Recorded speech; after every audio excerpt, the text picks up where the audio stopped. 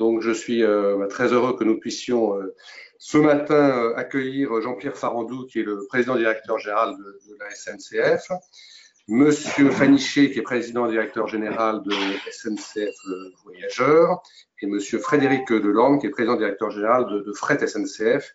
Donc, Monsieur Delorme sera là uniquement en audio, puisqu'il a un petit problème de caméra. J'indique cela pour mes collègues sénateurs. Messieurs les présidents, donc merci d'avoir accepté de participer à cette audition.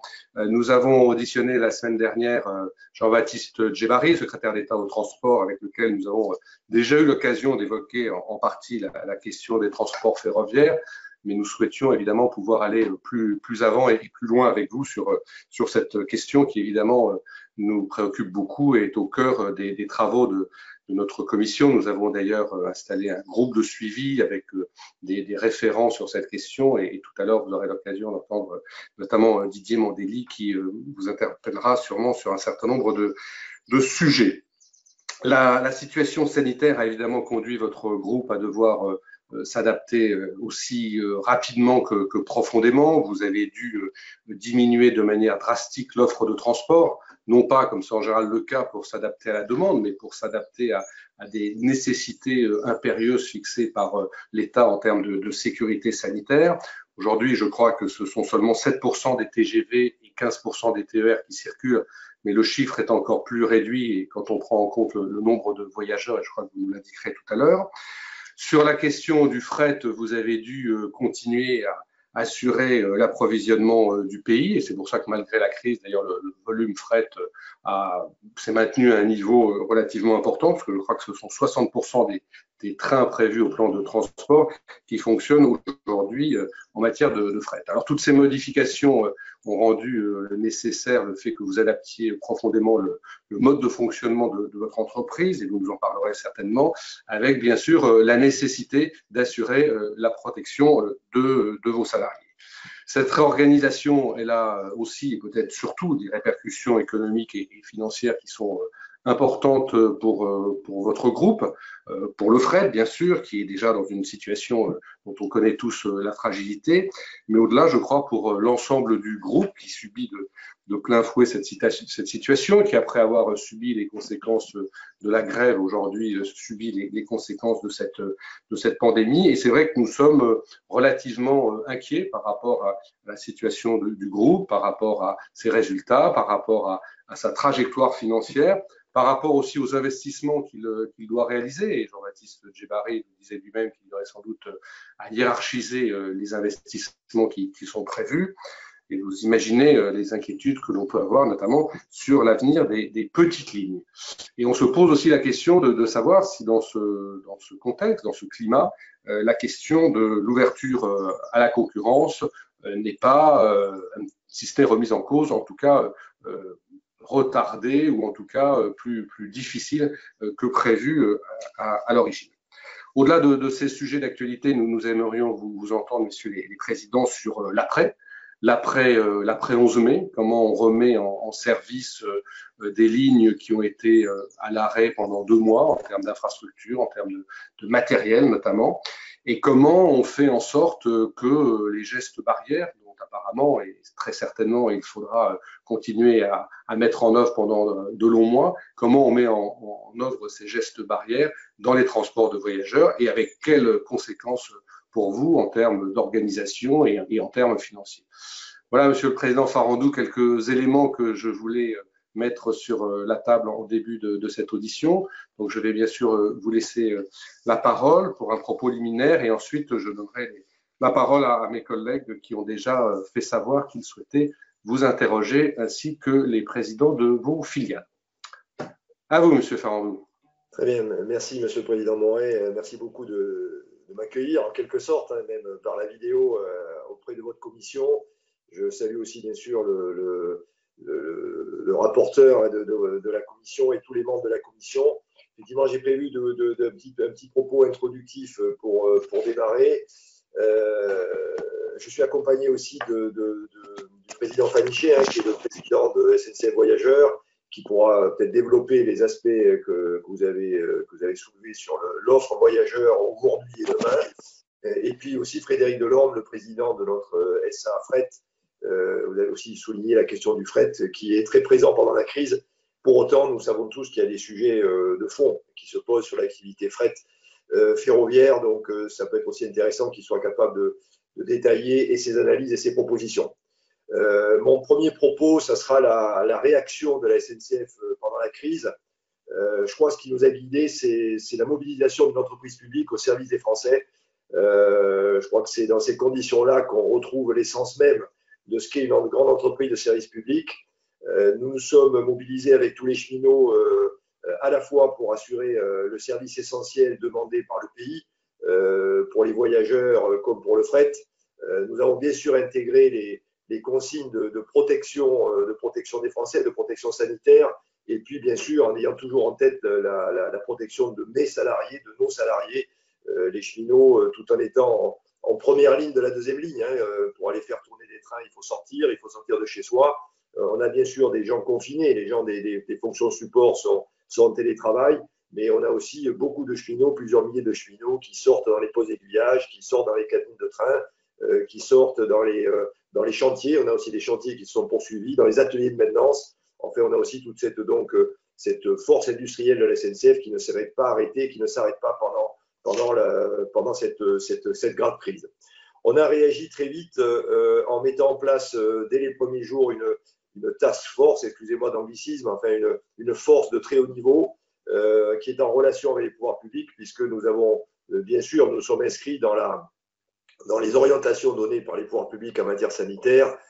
Donc, nous respectons strictement et nous avons amplifié d'ailleurs aussi l'information sur les gestes barrières, à la fois pour nos propres personnels, mais aussi pour les voyageurs.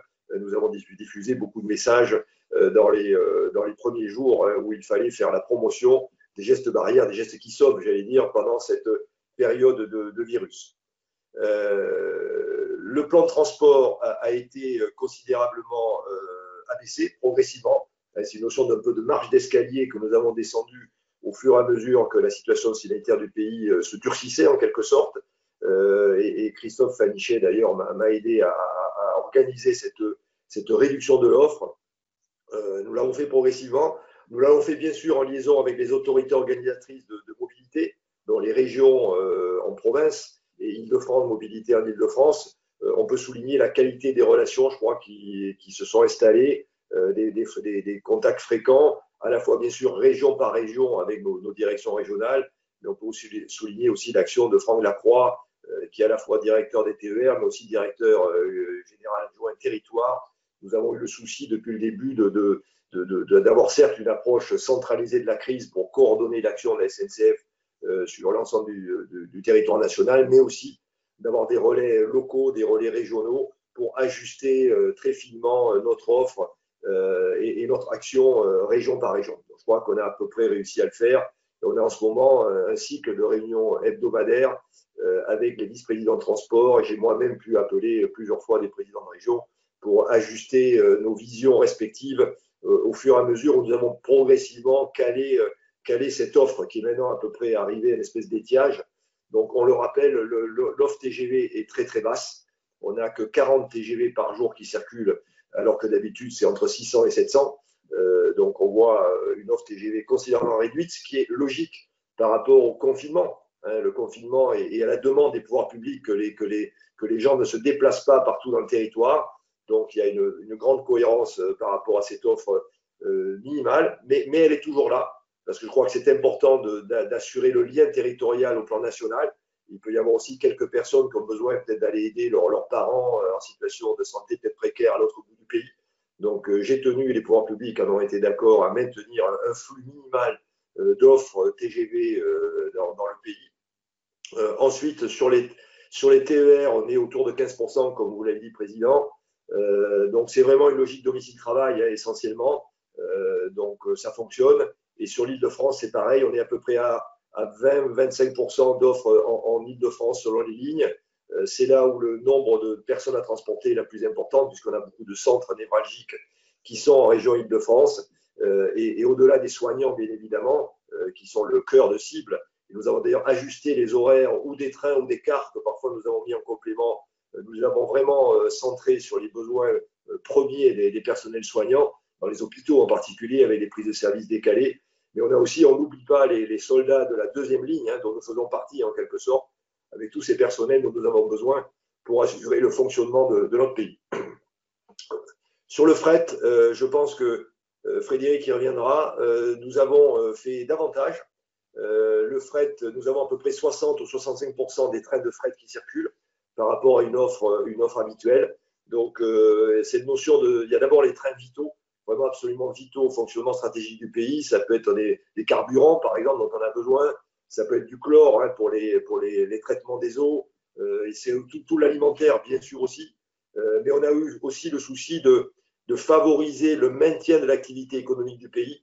Donc, c'est pour ça qu'on est allé un peu au-delà des stricts trains vitaux d'un point de vue, je veux dire, absolument nécessaire. On est allé un peu au-delà, à la demande de nos clients d'ailleurs. D'ailleurs, aujourd'hui, on traite à peu près l'essentiel de la demande de nos clients. On a quelques clients qui souffrent. Je pense à Arcelor ou la sidérurgie de manière plus générale, où les commandes de production d'acier ont baissé. Et c'est d'ailleurs lié à la seconde catégorie de clients que sont l'automobile. L'automobile aussi souffre beaucoup. Or, nous transportons d'habitude pas mal d'automobiles. Donc, en gros, on fait face quasiment à l'essentiel de la demande qui nous est faite et nous sommes vraiment un acteur important de la continuité économique du pays. On peut citer l'exemple des céréales. Peut-être que parmi vous, il y a des sénateurs qui viennent des zones céréalières de notre pays. Nous avons joué un rôle majeur pour écouler les céréales stockées dans les silos vers les ports, notamment pour l'export ou même pour la consommation interne, vers les grands moulins, par exemple, pour fabriquer de la farine.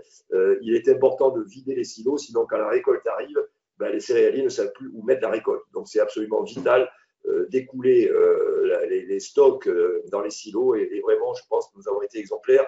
Je veux aussi souligner, on ne le fait pas souvent parce qu'on ne les voit pas, l'action de nos collègues d'SNCF Réseau, notamment les postes d'aiguillage, puisque notamment pour les céréales, il faut aller les chercher dans les campagnes. Les céréaliers ne sont pas installés dans les centres-villes. Et donc, il faut ouvrir des petits postes d'aiguillage et des lignes capillaires qui permettent d'aller chercher les marchandises au plus près de leur production.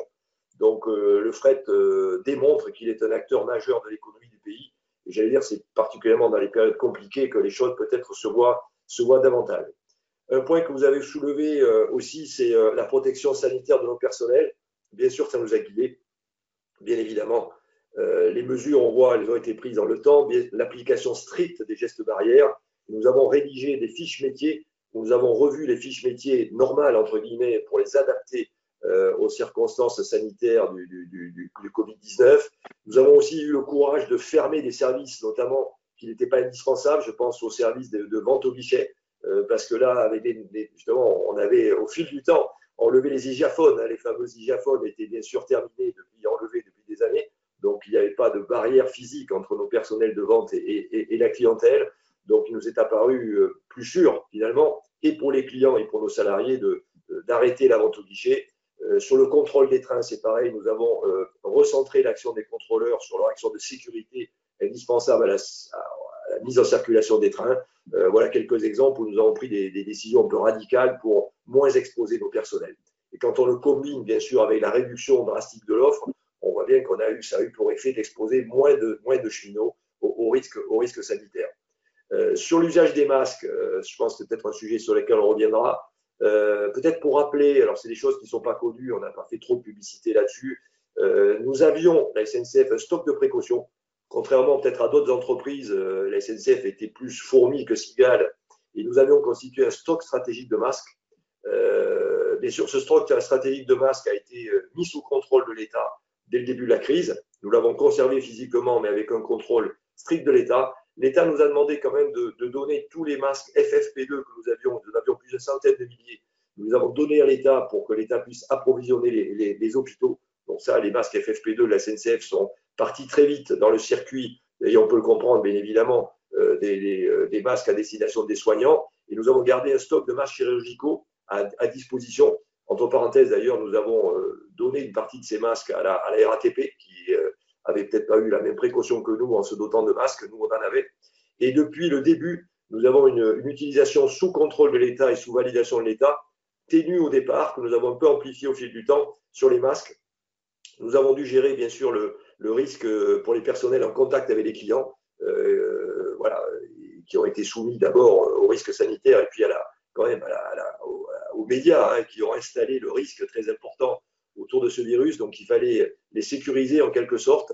Donc, nous avons mis en place un système de kits. Donc, chaque contrôleur, chaque agent de la surveillance générale, la sûreté ferroviaire, dont on a bien besoin aussi dans ces périodes, et les conducteurs qui sont seuls à bord des trains et qui peuvent intervenir parfois dans la partie occupée par les voyageurs, nous avons doté de 2 masques chacun, dotation individuelle, qui leur permettait de se protéger si les circonstances le demandaient. Nous avons aussi élargi ce stock de masques à des collectifs. Donc, il y a des stocks de précaution dans des collectifs de gare, par exemple, ou de pose aiguillage. Et puis, plus récemment, quand on a vu monter aussi les problèmes de respect des gestes barrières, nous avons doté nos personnels de maintenance, à la fois des matériels roulants et de la voie de masques à titre plus individuel, puisque les lieux étaient confinés dans les poses aiguillages et à la fois on ne pouvait pas toujours maintenir une distance suffisante entre les salariés. Donc nous avons fin mars élargi ces dotations de masques. Voilà, donc nous avons maintenant une doctrine qui a évolué au fil du temps. Bien sûr, nous-mêmes, nous avons, comme les pouvoirs publics, évolué. Nos dispositifs ont évolué au fur et à mesure. Je voulais aussi pointer le dialogue avec les syndicats qui a été de qualité. Ce n'est pas toujours simple à la SNCF, vous le savez. Peut-être qu'on y voit aussi peut-être le bénéfice de relations sociales qu'on a pu améliorer dans l'entreprise. C'est un paradoxe, on a connu une grande grève autour des retraites, mais une forme de respect mutuel est installée, d'écoute mutuelle, et nous avons bien sûr travaillé avec les organisations syndicales sur ces règles de protection. Nous avons joué la transparence totale, puisque nous avons une conférence sanitaire interne au sein de la SNCF, où nous faisons le point sanitaire des cheminots malades, et nous avons associé par exemple un représentant des syndicats à ces conférences sanitaires, donc ils ont accès à toute l'information en toute transparence. Voilà, donc le fait qu'à la fois nous avons montré notre sérieux dans les règles de protection de nos salariés et le fait de jouer la transparence nous a permis de réduire le risque d'un emballement des syndicats, notamment à coup de droits de retrait. Nous avons bien quelques petits droits de retrait sporadiques à droite à gauche, mais franchement, c'est sous contrôle. Et nous n'avons pas eu à gérer des droits de retrait massifs, ce qui aurait bien sûr pénalisé lourdement la mise en place du service essentiel ferroviaire. Pourvu que ça dure, hein, bien évidemment, pourvu que ça dure. Et d'ailleurs, nous commencerons à travailler avec eux sur les conditions de reprise, parce qu'il faudra les associer à la manière d'augmenter considérablement le nombre de trains que nous serons amenés à produire à partir du 11 mai, qui est la date cible qui a été indiquée par le président de la République et sur laquelle nous allons maintenant tous travailler. Je regarde les messages que je voulais vous donner. Peut-être vous dire qu'au-delà de cet effort de participation directe au plan de transport en situation sanitaire dégradée, il y a eu les plus de la SNCF. Le plus spectaculaire, c'est bien sûr les TGV sanitaires. C'est une idée d'ailleurs de Christophe Fanichet, hein, il faut rendre à César. C'est le président Fanichet qui a eu cette idée-là, elle est formidable. Elle remplit de fierté les cheminots. Alors soyons modestes, hein, nous sommes un tout petit maillon d'une grande chaîne sanitaire, mais c'est vrai que là, c'est une contribution beaucoup plus directe à l'effort sanitaire du pays. C'est beaucoup de travail, c'est 2 ou 3 jours de préparation pour équiper les trains au transport sanitaire. Ça devient des petits hôpitaux, hein, les trains deviennent des petits hôpitaux avec de l'air comprimé qui est embarqué à bord, des installations électriques, bien sûr pour faire marcher tous les appareils nécessaires au maintien des malades qui sont embarqués. Donc c'est un gros travail aussi de sécurisation de la circulation. Bien sûr, ces trains-là n'ont pas droit à la panne, n'ont pas droit à l'erreur, et tout leur trajet est très surveillé pour être sûr à 100% qu'ils arriveront à destination dans les meilleures conditions. C'est vrai que c'est un petit bout de fierté cheminote de participer plus directement à l'effort sanitaire. Au-delà de ça aussi, je crois que j'étais un des premiers, peut-être le premier, à proposer à la réserve. Nous avons des réservistes au sein de la SNCF de se mettre à disposition du plan résilience monté par l'État. Nous avons 500 réservistes qui ont été mis à disposition de la défense pour donner un coup de main dans le cadre du plan résilience à l'effort du pays. Aussi beaucoup de générosité de la part des cheminots, la Fondation SNCF, les SNCF Immobilier fait des tas de choses. Enfin voilà, toutes les forces de la SNCF ont eu le souci de faire plus encore que de faire rouler des trains dans cette période difficile. Les territoires, j'avais parlé, je répondrai à vos questions. L'aspect économique, alors oui, nous allons subir de lourdes pertes, c'est encore trop tôt pour les chiffrer, mais elles seront lourdes, elles sont considérables. On commence bien sûr déjà à anticiper et sur les sujets de trésorerie et sur les sujets d'économie post-crise.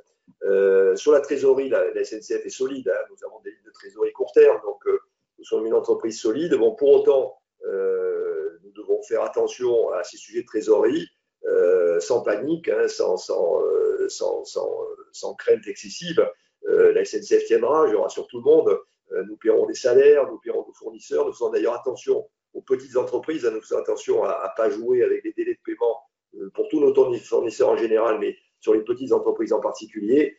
Pour autant, nous allons sur les marchés pour lever de la ressource. Nous l'avons fait récemment, la semaine dernière, nous avons levé 1,250 milliard d'euros, avec des green bonds d'ailleurs, puisque nous avions cette possibilité de le faire. Donc une finance tournée vers le développement durable. Voilà, donc nous serons prudents, nous serons actifs, mais sans panique, et la SNCF tiendra bien sûr au plan financier, même si c'est une année particulière où nous devrons, au-delà des financements normaux prévus, notamment pour financer les investissements de la SNCF, qui sont toujours importants bien sûr, nous aurons bien sûr à rajouter les décalages de rentrée que nous allons enregistrer avec cette activité très réduite pendant quelques mois, les quelques mois que durera ce confinement.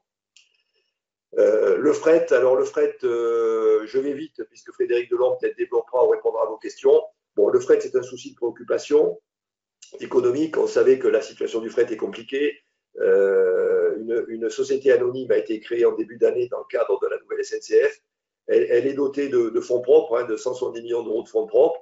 Elle peut tenir quelques temps, mais au fond, la conviction que j'ai, et je ferai court, c'est que si on veut que le fret ferroviaire se porte bien dans le pays, et au-delà de la seule SNCF, il y a d'autres opérateurs privés qui exploitent du fret ferroviaire dans le pays, il faut qu'elle soit aidée. Comme d'autres pays européens l'ont fait, nous pensons que le maintien et le développement de fret ferroviaire est souhaitable, est possible et souhaitable dans ce pays, mais à l'instar de ce qui a été fait dans d'autres pays européens, il faut qu'il y ait des systèmes d'aide qui se mettent en place pour donner une vraie perspective, une vraie durabilité au transport de fret. Voilà, donc, et ce principe d'aide, à mon avis, sera encore plus important en sortie de crise, parce que bien évidemment, même si nous faisons rouler des trains, on voit bien que l'activité économique sera compliquée dans notre pays à la sortie de cette grève. Voilà, pour conclure, je redirais que la SNCF prend toute sa place dans l'effort du pays, en ce moment, pendant la crise, bien évidemment. Je peux vous dire, les cheminots sont très engagés. On retrouve vraiment ces valeurs profondes d'appartenance et de conviction à un service public, à un grand service public français, au service des Français, au service des territoires. Et ce rôle-là, je souhaite qu'il soit prolongé au-delà de la crise, parce qu'au fond, je pense que aussi bien en fret qu'en voyageurs, le ferroviaire, et la SNCF est un grand acteur du ferroviaire, est vraiment la solution pour une mobilité à la fois durable, bien évidemment, au service des territoires, mais aussi une mobilité sanitaire, parce que quand on compare avec la voiture, on peut contrôler et réguler les gens qui prennent le train. On ne peut pas contrôler les gens qui prennent la voiture. On l'a vu encore avec les départs en week-end ou en vacances de manière un peu débridée. Le train est quelque chose de régulé. L'usage de la voiture l'est beaucoup moins. Et donc, pour moi, le train doit être la solution d'une mobilité durable et sanitaire. Voilà les points que je voulais citer dans mon introduction. Et c'est bien volontiers maintenant que je répondrai aux questions que vous souhaiterez me poser avec l'aide du président Delorme et du président Fanichet. Merci beaucoup pour votre écoute. Bien, merci beaucoup, Monsieur le Président. Je suis un petit peu resté à ce stade sur ma fin sur l'après, mais je pense que vous aurez l'occasion d'y revenir lors des réponses aux questions qui vont vous être posées. J'ai déjà plus d'une quinzaine de sénateurs qui ont demandé à s'exprimer, et donc je vais tout de suite donner la parole à Didier Mandelli. Monsieur Mandelli m'entend? Didier Mandelli? Bon, alors on va peut-être... si Didier Mandelli ne m'entend pas, je vais tout de suite donner la parole à Alain Fouché. Vous m'entendez, Monsieur le Président? Tout à fait. Allez-y, Monsieur Fouché. Monsieur le Président, bonjour. Bon, j'ai pu prendre qu'une partie, mais j'ai entendu ce qui concerne le fret. Le fret, c'est un peu comme l'Arlésienne, et on en parle beaucoup dans ce pays depuis des années. Bon, pour ma part, c'est pas la SNCF qui est responsable. Je pense que ce sont les différents gouvernements, les différents ministres des Transports, quel que soit leur horizon, de Fitterman et d'autres, etc., de tous horizons, qui n'ont pas su donné les instructions suffisantes à la SNCF ni les moyens pour mettre en route le fret. J'ai entendu ce que vous disiez, Monsieur le Président, qu'il fallait aider le fret pour que cela réussisse. Cela me paraît essentiel. La question que je voulais vous poser, c'est le fret, c'est effectivement baisse beaucoup par rapport aux pays voisins. Est-ce que cette concurrence étrangère ne risque pas de vous faire perdre un certain nombre de clients et en particulier des gros clients? Voilà ma question. Très bien, merci monsieur le Président. Merci beaucoup. Allez-y, j'en prie. Oui, je vais répondre, peut-être une réponse à deux voix avec Frédéric Delorme, peut-être qu'il voudra intervenir rapidement. Je crois qu'il faut qu'on ne parle pas trop longtemps pour laisser le temps à tout le monde de poser des questions. En termes de concurrence, honnêtement, c'est pas mes collègues qui font du fret qui me préoccupent le plus, c'est la route. La route est un concurrent redoutable qui a pris l'essentiel de la progression des trafics en Europe. Quand on rajoute en plus, là vous avez raison, c'est que sur le plan routier, ce qu'on appelle le pavillon français, les routiers français, il y en a de moins en moins. Il y a de plus en plus de transporteurs routiers des pays de l'Est, par exemple, qui sont très présents dans notre pays, avec une réglementation européenne qui facilite le fait que des conducteurs venant des pays de l'Est peuvent rester plus de 3 semaines sur notre territoire. Donc, c'est une forme de concurrence redoutable. Il faut reconnaître que le fret routier est très efficace. Ils sont pertinents. Ils ont une souplesse, bien sûr, que le ferroviaire n'a pas. Ils ont des coûts assez bas. Et donc, c'est eux le concurrent principal. Et ils ont pris l'essentiel du marché. Je pense que la route a maintenant 85% des parts de marché. Et je pense que c'est un sujet aussi d'intérêt général. Quand on voit la pollution produite par les camions, on pense à la vallée de l'Arve, par exemple, qui souffre des particules émises par les camions qui font les transits entre la France et l'Italie. Quand on pense au problème de congestion sur nos autoroutes, qui n'a pas souffert de voir une file quasiment occupée par des trains de camions, je pense qu'il y a un vrai sujet d'intérêt général à rééquilibrer en partie les trafics de la route vers le train. Donc c'est vraiment ça ce qu'il faut faire. Il y a au niveau européen une ambition de doubler la part de marché du train. Je pense que là, il faut absolument qu'on rééquilibre les choses. C'est un sujet d'intérêt général, me semble-t-il. Je peux donner la parole peut-être à Frédéric s'il veut compléter. Le président Delorme va peut-être compléter en quelques mots comment il voit cette question de la concurrence et comment on pourrait s'y prendre pour développer le fret dans notre pays. Peut-être, si vous êtes d'accord, Président Moret, oui, bien sûr, je vous en prie. La parole au Président Delorme. Je vous en prie, Monsieur Delorme, allez-y. Oui, merci, Monsieur le Président. Oui, alors en complément, ce que je pourrais dire, c'est qu'aujourd'hui, Fret SNCF n'est pas seul en France à transporter des marchandises par le rail. Nous représentons par fret 55% du volume, mais à l'intérieur de ce volume, comme l'a dit le président Farandou, il y a une part importante dont le seul concurrent est la route. Et là, on est face à un choix intermodal plutôt qu'un choix de concurrence intramodale. Les chiffres sont assez rudes, effectivement. En 30 ans, le transport routier en France a été multiplié par 2,5, celui sous pavillon étranger par 10, quand dans le même temps, le transport ferroviaire de marchandises a été divisé par 2, ce qui fait qu'aujourd'hui, la part de marché du rail, tout transporteur confondu, est de 9% en France, alors que la moyenne en Europe est de 18%, voire même 30% en Autriche et en Suisse. Donc, la question du retour des marchandises sur le rail, dont on voit toute l'utilité pendant cette crise, passe par un meilleur rééquilibrage entre la route et le rail. Il ne faut pas les opposer, car la route contribue à amener des marchandises au rail, notamment pour le transport combiné. Mais si on veut bien prendre en compte le coût des externalités évitées, c'est-à-dire le coût de la tonne de CO2 émise, le coût des accidents, le coût pour la santé des personnes et des morts prématurées par pollution en Europe, il y a un enjeu qui se chiffre à environ 9 milliards d'euros sur 10 ans de coûts d'externalité qui pourraient être évités si on doublait la part de marché du rail pour le transport de marchandises en France. 9 milliards d'euros. Donc la question va se poser en termes de méthodes d'incitation qui accompagneront les efforts de productivité des entreprises ferroviaires. Nous en avons notre part. Il faut moderniser le train. Il faudra moderniser aussi le réseau pour le réseau fret. Mais il y a sûrement une question de politique publique qui va se poser en matière de soutien au transfert modal. Voilà, mais je pourrais répondre plus en détail, si vous le souhaitez, un peu plus tard.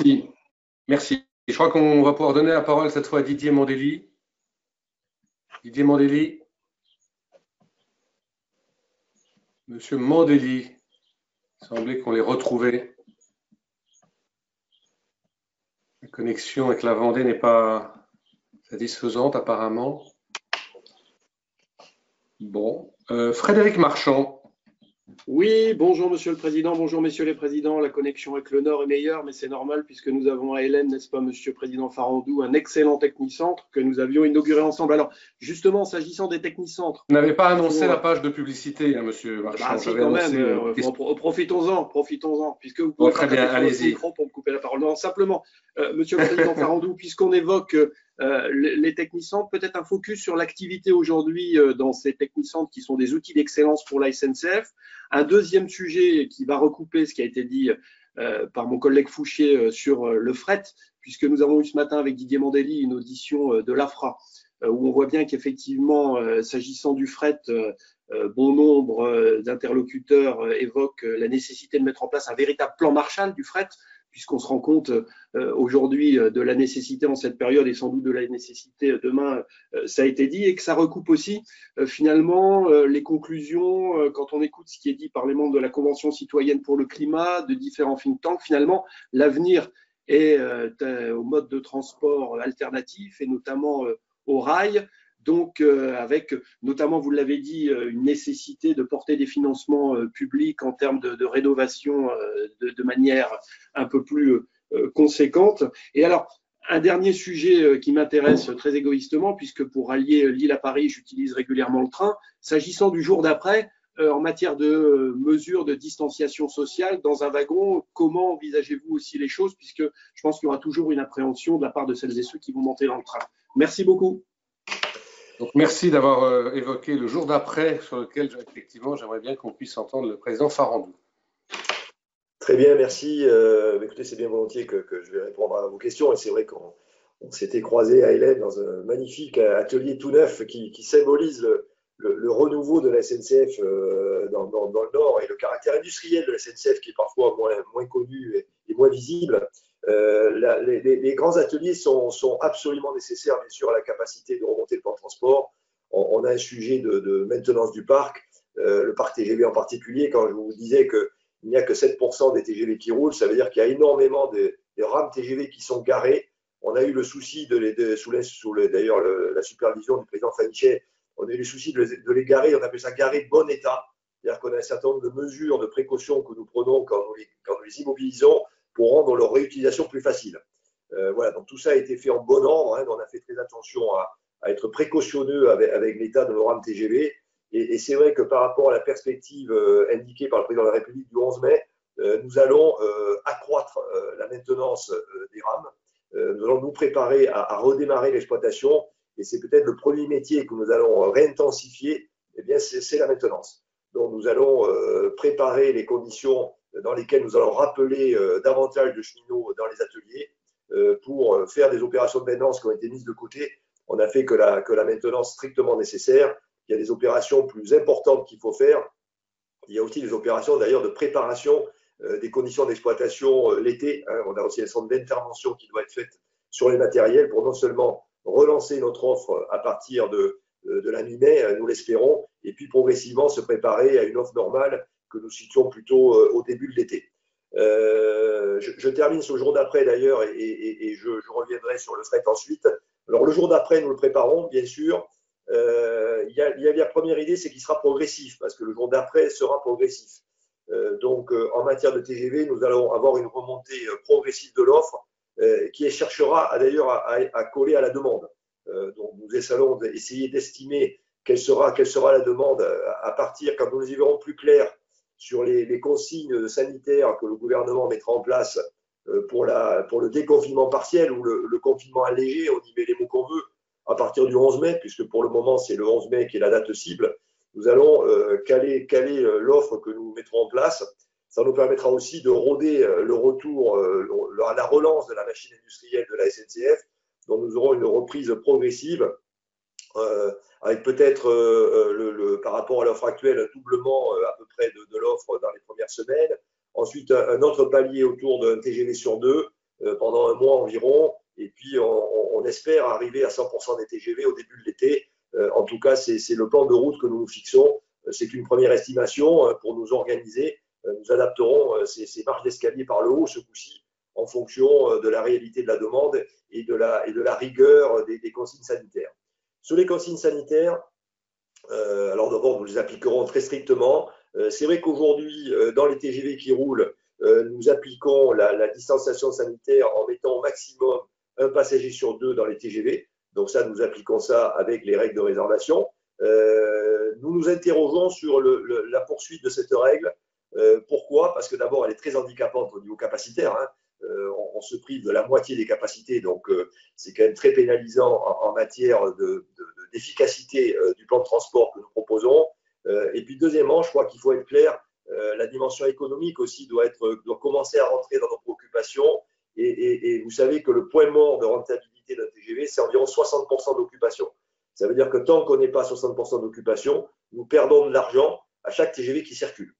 Alors nous l'acceptons bien sûr aujourd'hui, voilà, c'est bien évident que ce genre de préoccupation ne rentre pas en ligne de compte dans la situation actuelle, mais quand on se projette sur les mois qui viennent, je pense que la dimension économique doit commencer à rentrer aussi dans notre perspective, et c'est la raison pour laquelle notre position est assez claire. Nous souhaiterions, mais on le met au conditionnel parce que ce n'est pas nous qui pourrons le décider, nous souhaiterions que les pouvoirs publics demandent, comme ça a d'ailleurs été un peu évoqué par le président de la République, que les passagers ferroviaires portent un masque pour pouvoir utiliser les moyens de transport ferroviaire et nous souhaiterions que cette règle soit d'application obligatoire, pour être clair.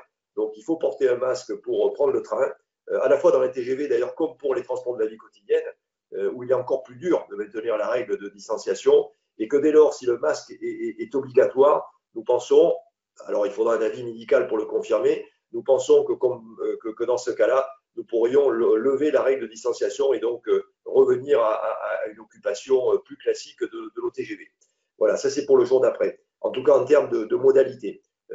Donc, une reprise progressive, on va dire autour de 10-20%, puis 50%, puis 100% à l'été. Ça, c'est l'espoir que nous avons en matière de remontée du trafic pour les TGV. Pour les trains de la vie quotidienne, nous pensons redémarrer très vite à 50% à peu près, pour les TER comme pour l'Île-de-France, et ensuite s'adapter à la demande au fur et à mesure que le nombre de Français devant prendre le train pour aller travailler en particulier augmenterait. Ça, c'est un peu les perspectives en matière d'offres et de trafic. Et puis, sur l'usage du train, port du masque obligatoire pour nous permettre de lever les mesures de distanciation qui nous paraissent très, très compliquées à appliquer. On pourrait renforcer le dispositif aussi avec des dispositifs, bien sûr, de type gel, lavage de mains, etc. dans les gares. Enfin, renforcer aussi l'application des règles barrières pour sécuriser complètement le dispositif. Voilà ce que je peux vous répondre sur… Alors, quant au fret, oui, il faut un plan Marshall. Il faut un plan Marshall pour le fret. J'allais dire qu'on le proposait avant la crise. On le propose encore plus, puisqu'il y a une notion de plan de relance aussi qui peut arriver après la crise. Il faut effectivement des investissements pour le fret, à la fois des investissements notamment sur le réseau. Le réseau a besoin d'être adapté au fret. Donc là, il y a du boulot à faire sur les voies de service, sur les chantiers de triage, sur peut-être des itinéraires fret aussi qu'il faut mettre en place pour que le fret soit moins pénalisé par les trains de voyageurs, par exemple. Donc, il y a des choses à faire en matière d'infrastructure. Et puis, il ne faut pas se le cacher, il y a aussi une dimension fonctionnement. Il faut, par un système d'incitation aux entreprises, faire en sorte que plus de marchandises soient dans les trains et pas dans les camions. C'est ce qu'on appelle l'aide au wagon isolé, par exemple, l'aide à la pince pour le container. Donc, il y a des choses, effectivement, à prévoir pour encourager les entreprises à davantage utiliser le train pour transporter leurs marchandises. Merci beaucoup. Je pense qu'on a peut-être une chance d'avoir M. Mandelli. Monsieur Mandelli. Mandelli est l'Arlésienne de cette audition. Monsieur Mandelli, une fois, 2 fois, 3 fois. Madame Assassi. Madame Assassi. Oui, Président, vous m'entendez? Très bien. Bonjour, depuis la Seine-Saint-Denis qui souffre beaucoup. Merci, Président Moret, pour l'organisation de cette audition et merci à vos collaboratrices et collaborateurs. Bonjour, chers collègues, et bonjour, messieurs les présidents.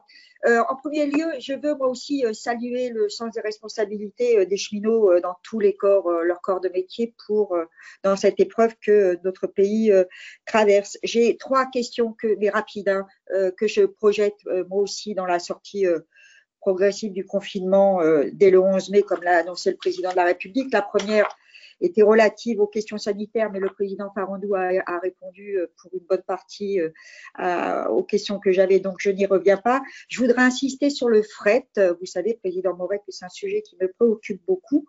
Et c'est bien sûr que le fret a été sacrifié par des choix politiques d'hier et d'avant-hier. Mais je crois qu'il a été surtout fragilisé dans notre pays par la baisse d'activité industrielle. Alors le fret, tout le monde s'accorde pour le dire aujourd'hui, est un moyen bien sûr écologique, mais aussi et surtout, je crois que c'est un outil efficace pour le transport de produits manufacturés, alimentaires ou autres qui sont nécessaires aux besoins essentiels de nos concitoyens.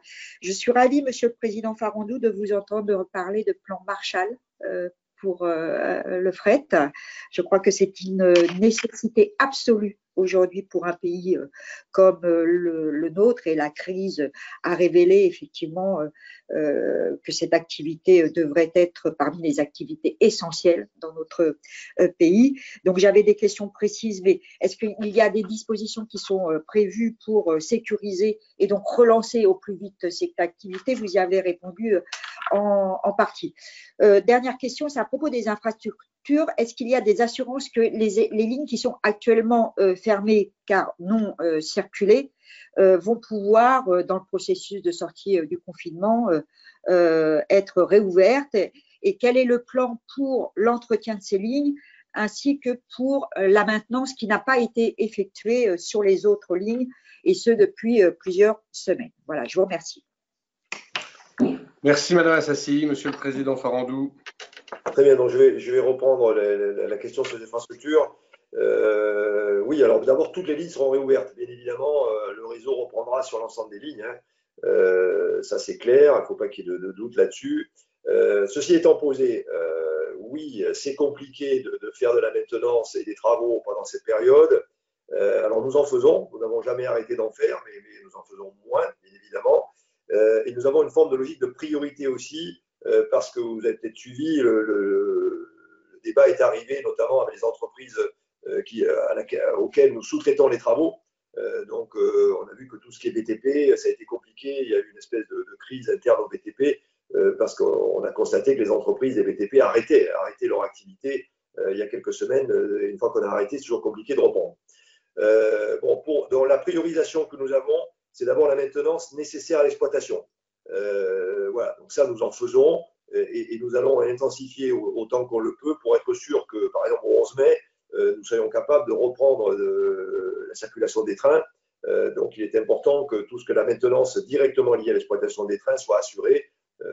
Il y aura d'ailleurs des vérifications de sécurité à faire. Je pense au passage à niveau, je pense à un certain nombre d'équipements qui devront être testés pour être sûr que tout fonctionne et qu'on prend zéro risque en matière de sécurité ferroviaire, bien évidemment. Donc, la maintenance de base est la première priorité. Ensuite, vous avez la maintenance de réparation. On avait eu avant la crise Covid, je pense à des problèmes de talus. On a eu dans l'est de la France, vous vous souvenez, le TGV qui a percuté un talus de terre qui avait glissé sur la voie.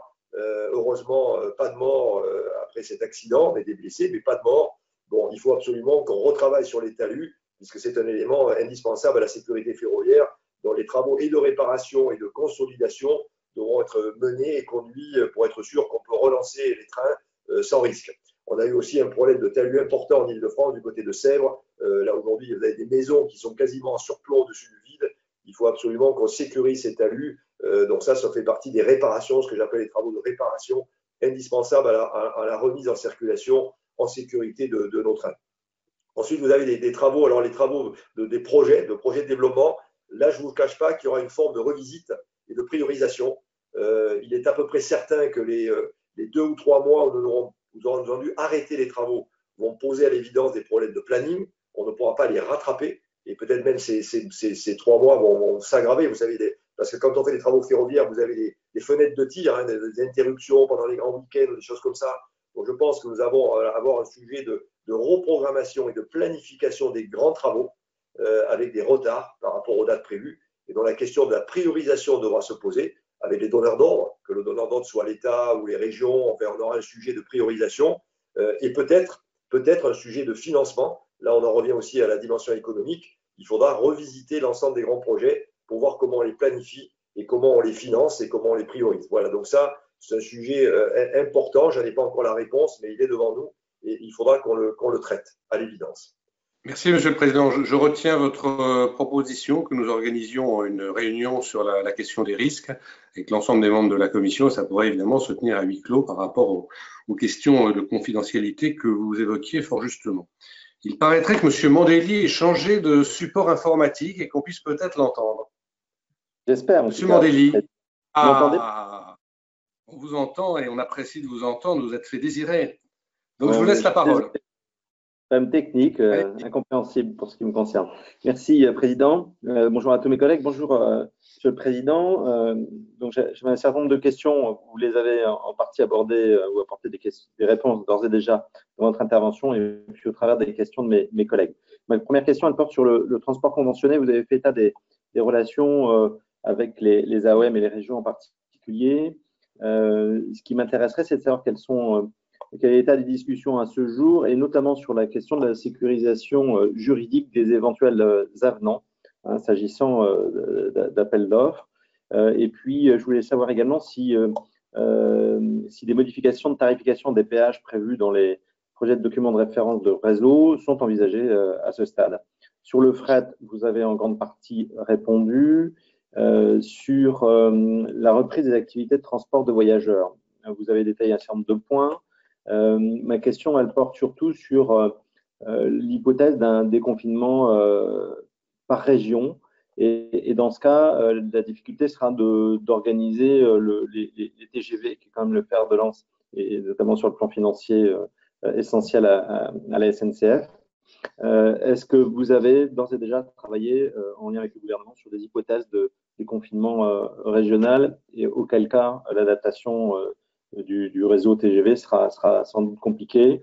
Et puis, dernier point qui concerne l'ouverture à la concurrence. Le groupe a signé en début de semaine un accord prévoyant l'entrée sur le marché espagnol à compter de décembre 2020. Qu'en est-il pour notre pays? Comment la SNCF, vous y avez en partie répondu, se prépare-t-elle aux différentes échéances d'ouverture à la concurrence du transport national de voyageurs dans ce contexte, évidemment, qui rebat un petit peu les cartes? On a vu aujourd'hui même qu'un candidat potentiel jetait l'éponge, entre guillemets, pour la France. Est-ce que SNCF est d'ores et déjà prête pour cette ouverture, compte tenu du contexte? Merci. Merci, Monsieur Mandelli. Monsieur le Président Farandou. Oui, très bien. Ça fait plaisir de vous retrouver, Monsieur le rapporteur. Donc, alors, sur la relation avec les autorités organisatrices, écoutez, moi je la trouve bonne. On est vraiment dans une ambiance de crise et tout le monde se serre les coudes. Et voilà, je pense qu'on s'est tous retrouvés entre les collectivités territoriales, les régions et les grandes entreprises publiques comme la SNCF au sens de l'intérêt général. Je crois que ça nous a rassemblés. Nous avons su mener ensemble la décrue du plan de transport en bonne intelligence, avec d'ailleurs un vrai travail de dentelle, j'allais dire, région par région ou même ligne par ligne, puisque nous avons cherché à bien coller aux besoins de déplacement des soignants. Donc, on n'a pas appliqué des plans de transport préétablis, c'est ce qu'on fait en période de grève.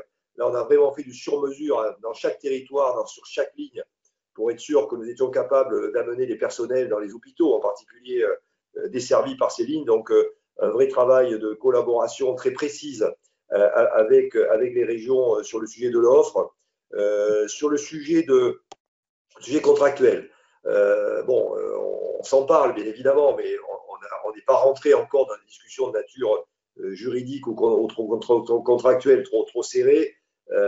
Pour autant, ce sont des sujets sérieux parce que ça va beaucoup jouer aussi sur l'état de santé de l'entreprise. Pour le moment, ce que je comprends, c'est que les régions, dans leur grande majorité, accepteraient d'honorer la partie coût du service, puisque les coûts sont engagés. Les coûts engagés sont engagés. Donc, il y aurait bien volonté de la part des régions de prendre en charge les coûts engagés. On a des discussions. alors là, pour le coup, région par région et contrat par contrat, sur les risques de recettes. Bien sûr, les recettes se sont effondrées, hein, bien évidemment. L'état d'esprit général, c'est quand même de considérer ce qui nous est arrivé comme un élément de force majeure. Hein. Je pense que personne ne pouvait prévoir la survenue de cette crise. Elle était très difficile à anticiper, elle était vraiment irrésistible. On le voit bien, on a du mal à résister. Donc je pense qu'on est vraiment dans les attributs de la force majeure. Donc d'ailleurs, le gouvernement a déjà utilisé ce terme, me semble-t-il. Donc on est, à mon avis, dans une logique de force majeure. Donc je pense que nos obligations de recettes, quand on en a, seront largement amendées par les régions qui comprendront le caractère irrépressible et imprévisible de ce qui nous arrive. Voilà. Donc pour le moment, je considère que les discussions sont empreintes de beaucoup de bonne volonté et de compréhension, et j'espère qu'elles se traduiront de la sorte dans les avenants. On sera bien obligé de passer des avenants à un moment donné. J'espère que les avenants que nous passerons traduiront bien la bonne volonté et la compréhension qu'il me semble percevoir aujourd'hui chez les autorités organisatrices. Sur les appels d'offres, j'y répondrai dans le volet concurrence. Sur les péages, bon, c'est encore prématuré. Aujourd'hui, il n'y a rien qui a été entrepris sur le niveau des péages. On peut entendre de ci, de là des voix qui s'élèvent pour demander une forme de réajustement des péages. Bon, il faut être clair, les péages, ils servent à financer le réseau. Donc, le financement de réseau, il y a un besoin. Donc, s'il y avait une forme de réduction du péage, il faudrait trouver une autre forme de financement. Voilà, si la réduction des péages se traduit par une réduction des ressources nécessaires à la maintenance et aux travaux sur le réseau, ça, c'est pas une bonne idée. Donc, on va se tourner à nouveau vers le budget de l'État. Il faut être clair que si les péages étaient réduits, et on peut comprendre que certains opérateurs pourraient le souhaiter pour leur permettre de redémarrer, je pense que le fret, par exemple, pourrait peut-être souhaiter qu'il y ait une forme d'adoucissement du coût des péages. Attention à ne pas pénaliser les ressources sur le réseau. Voilà, donc c'est toujours pareil, hein, c'est un peu comme les politiques publiques. Souvent, la plupart des politiques publiques, ce que l'usager ne paie pas, c'est le contribuable qui le paie, quoi, hein. Il y a une espèce de règle d'airain qui nous rattrape, quel que soit le secteur d'activité en matière d'économie publique. Donc voilà, pourquoi pas. Je pense que le sujet n'est pas tabou, mais il faudra aller au bout de la logique économique qui pourrait suivre une tentation légitime, peut-être pour certains, d'adoucir le coût des péages. Sur le déconfinement régional, c'est sûr qu'il serait très handicapant pour TGV. Le TGV, par nature, il est multirégional, il est transrégional, et en particulier la région Île-de-France. Si la région Île-de-France est déconfinée en premier, ça va. Si la région Île-de-France est déconfinée en dernier, c'est très pénalisant pour le TGV, puisque la plupart des TGV dans notre pays, ils vont de la province à Paris et de Paris vers la province. Donc, si la région Île-de-France n'est pas accessible, ça ne sert à rien de faire partir un train de Bordeaux pour l'arrêter à Poitiers, ou un train de Nantes pour l'arrêter au Mans. On peut toujours le faire, mais l'intérêt est très relatif. Donc, effectivement, une stratégie de déconfinement par région, par exemple, sauf si elle démarrait par l'Île-de-France, serait pénalisant pour l'activité TGV à l'évidence. Donc, après, ça ne dépend pas de nous, ça dépend des pouvoirs publics sanitaires et des décisions qu'ils prennent. Donc, nous les respecterons bien évidemment. Mais voilà, tout le monde comprend que le TGV pourrait être très pénalisé par une stratégie régionale qui démarrerait par les régions les plus éloignées quelque part pour finir par l'Île-de-France. Ça serait la plus mauvaise des stratégies en ce qui concerne le trafic et le chiffre d'affaires TGV. Sur la concurrence, c'est une bonne question. C'est une question à plusieurs niveaux d'ailleurs, hein. Il y a le niveau philosophique. C'est vrai qu'on pourrait se demander ce qu'aurait donné la gestion de cette crise si l'offre ferroviaire a été morcelée par plusieurs opérateurs. Bon, voilà, c'est une question d'ordre un peu philosophique. Chacun pourra y réfléchir. Bon, pour autant, à ce stade, le calendrier de la concurrence et l'ouverture de la concurrence est maintenu. Je n'entends pas de décalage de date. Alors, certains processus devront être un peu assouplis parce que voilà, c'est pas facile. Par exemple, j'étais censé envoyer un courrier à des milliers de cheminots dans la région sud, Provence-Alpes-Côte d'Azur, susceptibles d'être concernés par des transferts liés à la mise en concurrence de 2 gros lots ferroviaires par la région sud, Provence-Alpes-Côte d'Azur sur le TER. Bon, on a estimé que peut-être c'était opportun de décaler l'envoi de ces courriers hein, pour ne pas trop perturber le corps social cheminot. Pour autant, l'État a donc accepté un décalage de l'envoi des courriers, mais pour autant, la date d'ouverture en proprement dite à la concurrence est maintenue. Voilà, donc je ne sens pas à ce stade le souhait des pouvoirs publics de décaler ou d'assouplir les décisions fondamentales sur la mise en concurrence. Bon, voilà, côté SNCF, nous acceptons la mise en concurrence, donc il n'y a pas de problème de notre côté. Réseau s'y prépare et Réseau doit même veiller à ce que la concurrence se passe de la meilleure manière possible. Réseau et Gares & Connexions sont complètement pénétrés de leur rôle d'équité concurrentielle face à l'arrivée de nouveaux entrants. Donc là-dessus, il n'y a pas de problème, on est bien dans cet état d'esprit. Et quant à la partie de la SNCF qui, elle, va s'affronter à la concurrence, ben, elle doit s'y préparer, bien évidemment. Par exemple, l'appel d'offres lancé par l'État sur les lignes d'équilibre du territoire, il y a un lot qui va être mis en concurrence sur les lignes Nantes-Lyon et Nantes-Bordeaux. Ce lot est en cours, la procédure n'est pas arrêtée et l'État devrait allouer ce lot à fin d'année. C'était novembre qui était prévu. À ma connaissance, le calendrier n'est pas remis en question. Donc, à ce stade, le calendrier général d'ouverture à la concurrence dans notre pays n'est pas remis en question. Voilà. Sur le TGV espagnol, sur l'ouverture en Espagne, puisque vous avez mentionné ce point, ça me permet de bien clarifier la position de la SNCF. Donc, c'est une décision qui avait été bien sûr prise et engagée avant la crise Covid-19. Bon, on verra si sur la situation espagnole remet en question. L'ouverture à la concurrence était prévue pour la fin d'année 2020, au service d'année 2021. Et nous, la SNCF, nous étions mis en possibilité de le faire. Alors, quelle est la raison stratégique? C'est que, d'abord, nous allons être attaqués sur le réseau français par plusieurs opérateurs européens, dont les Espagnols. Les Espagnols, la Renfe a émis le souhait de venir nous concurrencer sur des lignes qui viendraient de la frontière de Barcelone, plutôt de par ce côté-là, Barcelone, Montpellier, Lyon. Donc, les Espagnols ont fait part de leur volonté de venir nous concurrencer sur le réseau français. Il n'y a pas que, il y a aussi les Italiens, par exemple, aussi, de trains italiens qui veulent nous concurrencer. Il peut y en avoir d'autres qui se positionneraient sur le marché de la grande vitesse français. Donc, première logique, si on est attaqué, il n'est pas anormal que nous cherchions à rattraper en Europe les volumes que nous perdrions et les parts de marché que nous perdrions en France.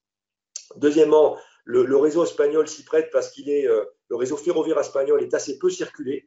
Donc, quand on le compare, il est très important. Il est même plus important en longueur de kilomètres de voie que le réseau français, le réseau à grande vitesse. Donc, il est très important. Et il y a de la place. Voilà, c'est qu'aujourd'hui, Renfe est loin de saturer le réseau. Donc, il y a vraiment de la place pour proposer d'autres offres. Donc, c'est intéressant pour nous de nous y présenter. Et troisièmement, nous allons tester en Espagne ce que nous avons déployé avec succès en France, c'est le concept Ouigo. Hein, c'est le TGV à petit prix. Et c'est bien ce principe-là que nous souhaitons lancer en Espagne à la fin de l'année 2020. Et enfin, dernière raison, c'est une raison plus industrielle. C'est la Maison France qui se présente parce que nous allons aller en Espagne avec Alstom, avec des rames Alstom que nous allons adapter aux normes espagnoles en matière de fonctionnement et de circulation. Donc, ce sont avec des rames Alstom adaptées que nous allons en Espagne.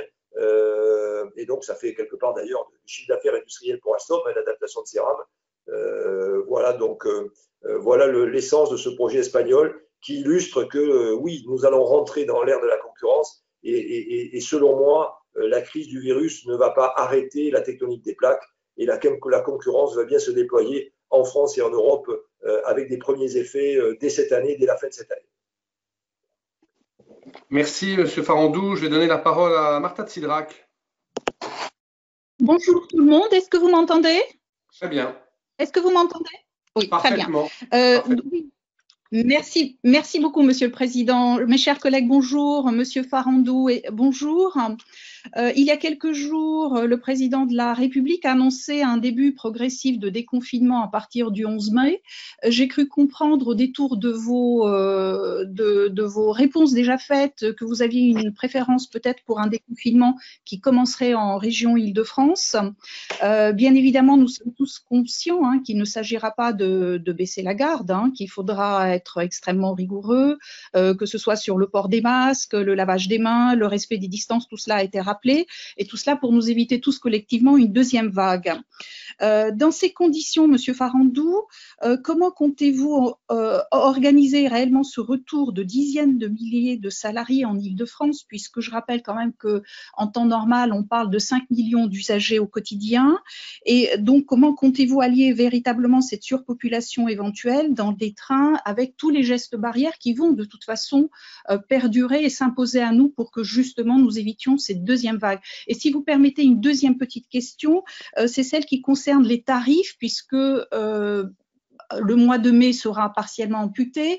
Il y avait eu des propositions que vous aviez faites évidemment pour le mois d'avril. Comment entrevoyez-vous en fait la tarification future au regard de ce déconfinement progressif qui va arriver? Merci beaucoup. Merci Madame de Cidrac. Monsieur le Président Farandou. Très bien. Bonjour Madame. Oui, on va peut-être faire une réponse à deux voix avec le Président Fanichet sur ce sujet important de l'Île-de-France, bien sûr, qui est un sujet majeur. Il n'y a pas que l'Île-de-France en France, mais l'Île-de-France est une région un peu particulière qui pèse d'un poids très important à la fois par sa population et par son impact dans la vie économique de notre pays. Le sujet que vous posez est le sujet central que nous avons depuis le début de cette crise. C'est comment transporter les gens parce qu'il y a besoin de les transporter tout en assurant leur sécurité et celle de nos salariés, bien évidemment, qui sont en première ligne sur les transports. Et ce sujet, pas simple, il va bien sûr s'amplifier ou s'intensifier à partir du 11 mai si, comme nous l'a dit le Président de la République, nous sommes amenés à avoir davantage de Français qui vont travailler en nombre significatif et donc davantage de transports à leur proposer puisque, notamment en Île-de-France, les Français ont vraiment besoin du train pour aller travailler. C'est peut-être moins vrai en province, mais on sait qu'en Île-de-France, le train, et notamment pour la grande couronne, pour la grande banlieue, est absolument indispensable à la vie des gens pour qu'ils aillent travailler et revenir chez eux le soir.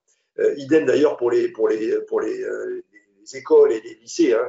Si la vie scolaire repart, il faudra bien transporter les élèves et nous savons que nous avons de nombreux élèves et lycéens dans nos trains.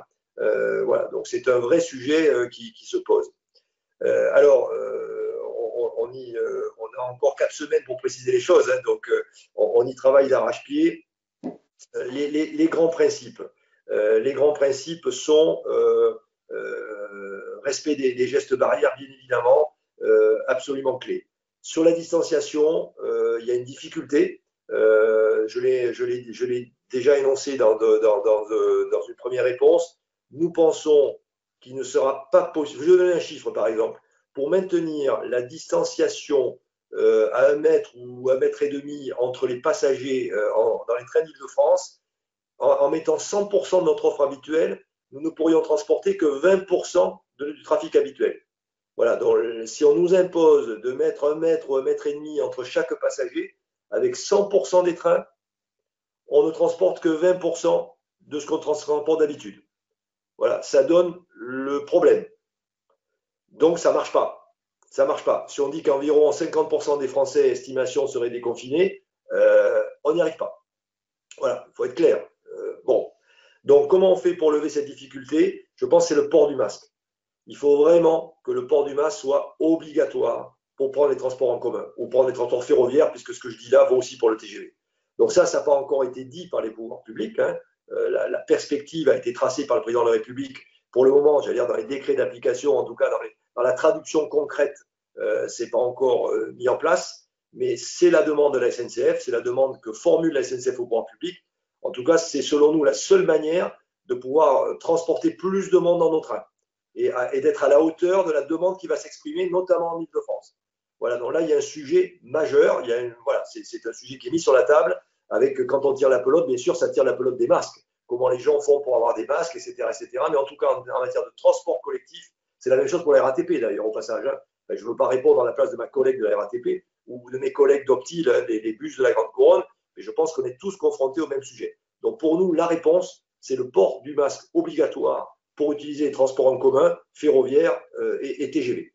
Deuxièmement, bien sûr, et nous y travaillons dans les gares, nous devons faire 2 choses. D'abord, amplifier tout ce qui est nettoyage des trains, nettoyage des gares. Et là-dessus, le président Fanichet en a parlé, et peut-être en lui redonnant la parole, il le reprécisera.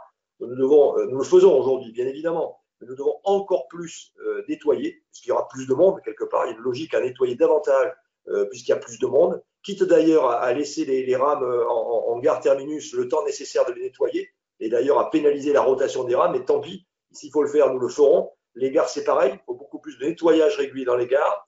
Et puis, il y a une deuxième dimension, ou une troisième dimension, il y a les masques, il y a le nettoyage, il y a le filtrage. Alors, dans les gares de banlieue, ce n'est pas facile, je le reconnais, mais il peut y avoir aussi, notamment dans les grandes gares parisiennes, davantage de filtrage, ne serait-ce que pour vérifier que les gens arrivent des masques, par exemple. Je pense que le sujet de filtrage, d'accès à nos espaces, à la fois les gares et les trains, voilà, se pose aussi. Voilà. Et je le redis, moi je veux que le train soit perçu comme quelque chose d'écologique et de sanitaire, dont nous devons absolument amplifier l'effort sanitaire pour que les trains soient bien perçus comme un élément sûr de voyage. Donc peut-être que le président Faniché pourra compléter si vous êtes d'accord, Monsieur le Président Moret. Oui, tout à fait. Allez-y, Président Faniché. Merci beaucoup. Monsieur Faniché. Vous m'entendez? Oui, très bien, allez-y. Merci beaucoup, Monsieur le Président. Oui, un point important, tel que vient de l'indiquer le Président Farandou. Aujourd'hui, comme on l'indiquait, nos plans de transport sont extrêmement allégés, ce qui nous permet de faire un nettoyage régulier et facilement. Lorsque nous aurons besoin d'augmenter notre plan de transport de façon significative, nous aurons également à avoir un nouveau problème à résoudre, c'est ce nettoyage, le nettoyage en parcours, comme nous le faisons déjà, par exemple, pour le TGV. Mais pour les trains de la vie quotidienne, il faudra qu'on puisse le faire dans des gares. Et ces points-là vont sans doute nous obliger à réduire notre plan de transport pour que très régulièrement, nous puissions effectivement avoir un aspect sanitaire pour que l'ensemble de nos voyageurs puissent être sécurisés de monter à bord de nos trains. Donc aujourd'hui, nous avons mis en place une petite task force en mauvais français pour pouvoir réfléchir à d'autres méthodes de nettoyage, puisque aujourd'hui, nous les nettoyons intégralement, en particulier les parties qui sont touchées par les voyageurs. Mais nous sommes en train de travailler pour que, à chaque demi-tour de train, pour prendre un exemple très concret, nous puissions nettoyer l'ensemble de nos trains. Et ces éléments-là vont avoir un effet qui va obérer notre plan de transport. Et nous y travaillons. Et un point important, aujourd'hui, pour vous donner un ordre d'idée, comme l'indiquait le président Farandou, aujourd'hui, c'est environ un peu plus de 100 000 voyageurs qui circulent aujourd'hui dans nos trains en Île-de-France, alors qu'en règle générale, c'est plutôt 3,5 millions de personnes. Peut-être pour compléter la réponse, c'est la raison pour laquelle nous sommes aussi dans les demandes que nous ferons au pouvoir public, dans les règles d'application des principes édictés par le président de la République. Nous sommes très favorables au maintien d'un télétravail suffisant. Il ne faut pas que tous les salariés sortent au même moment, on n'y arrivera pas. Donc, il faut absolument que dans les règles ou les recommandations très fortes apportées au monde du travail, et notamment aux entreprises, on ait la recommandation de conserver une part significative de télétravail. Voilà, je pense qu'il ne faut pas passer d'un extrême à l'autre trop vite. Et ça peut-être de manière durable, parce que les sujets évoqués par le président Faniché vont rester dans la durée. En gros, tant que le virus ne sera pas éradiqué, on a ce problème-là. Je crois qu'il faut être très clair, ce n'est pas des choses qui vont s'évaporer en quelques semaines.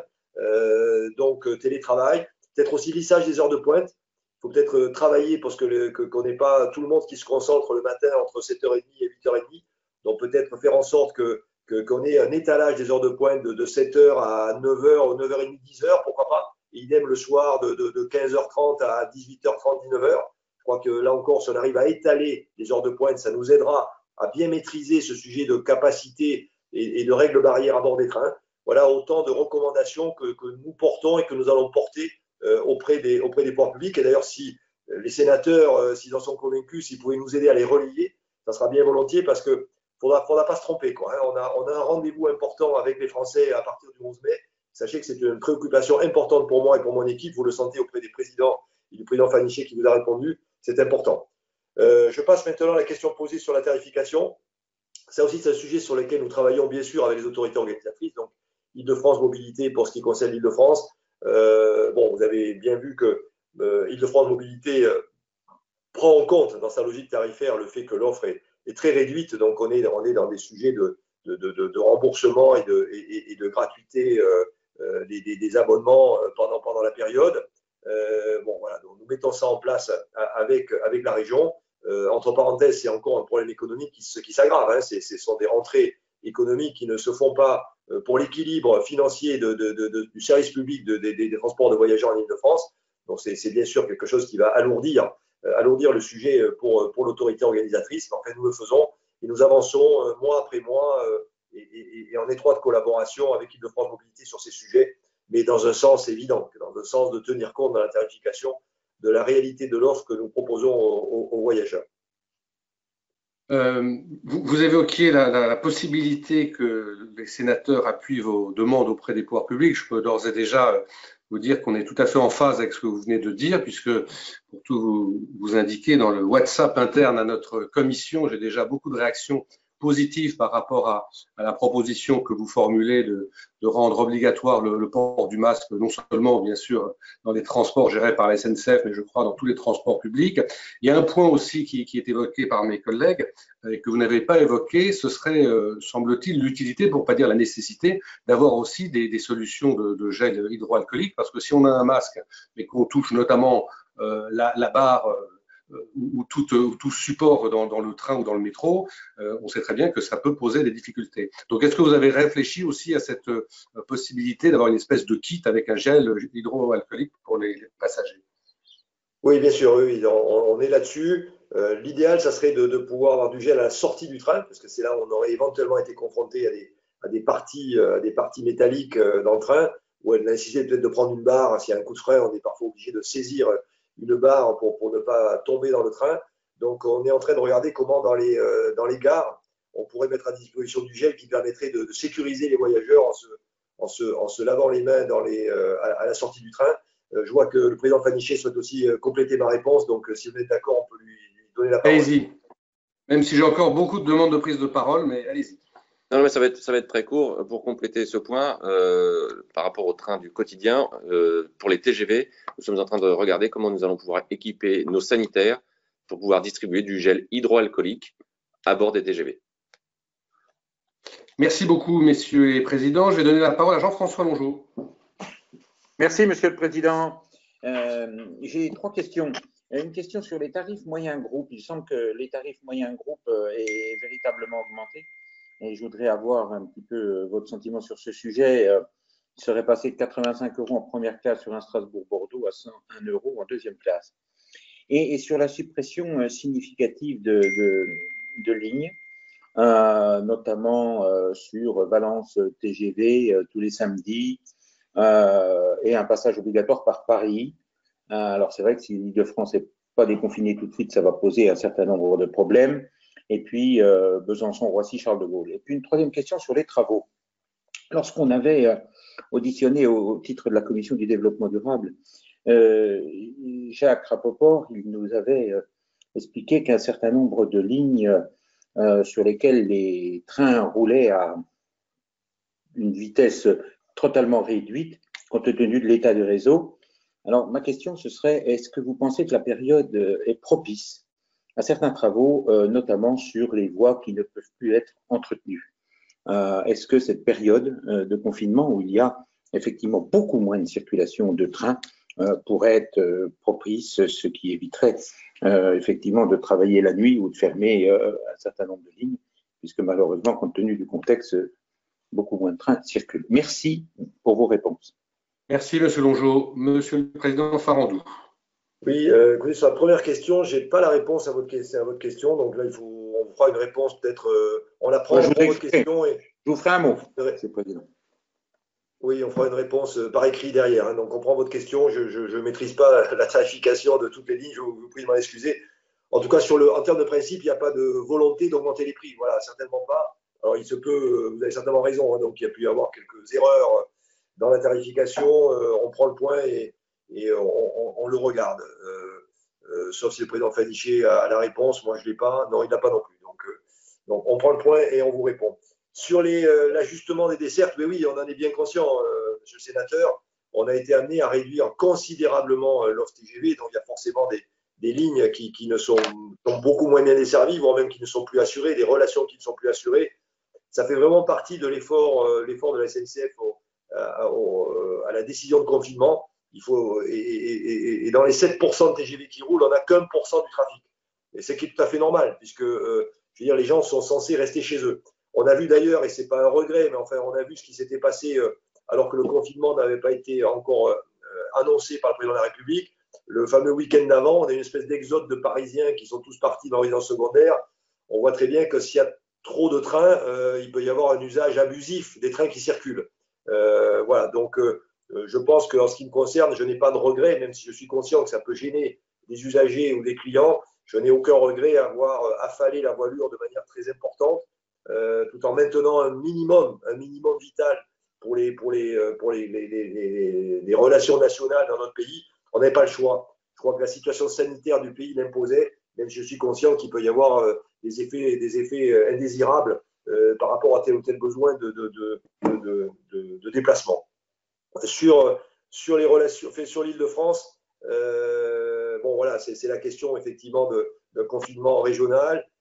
Bon, on verra bien si le gouvernement décidait de confiner l'Île-de-France plus longtemps et d'ouvrir dans d'autres régions, ben, on s'adaptera.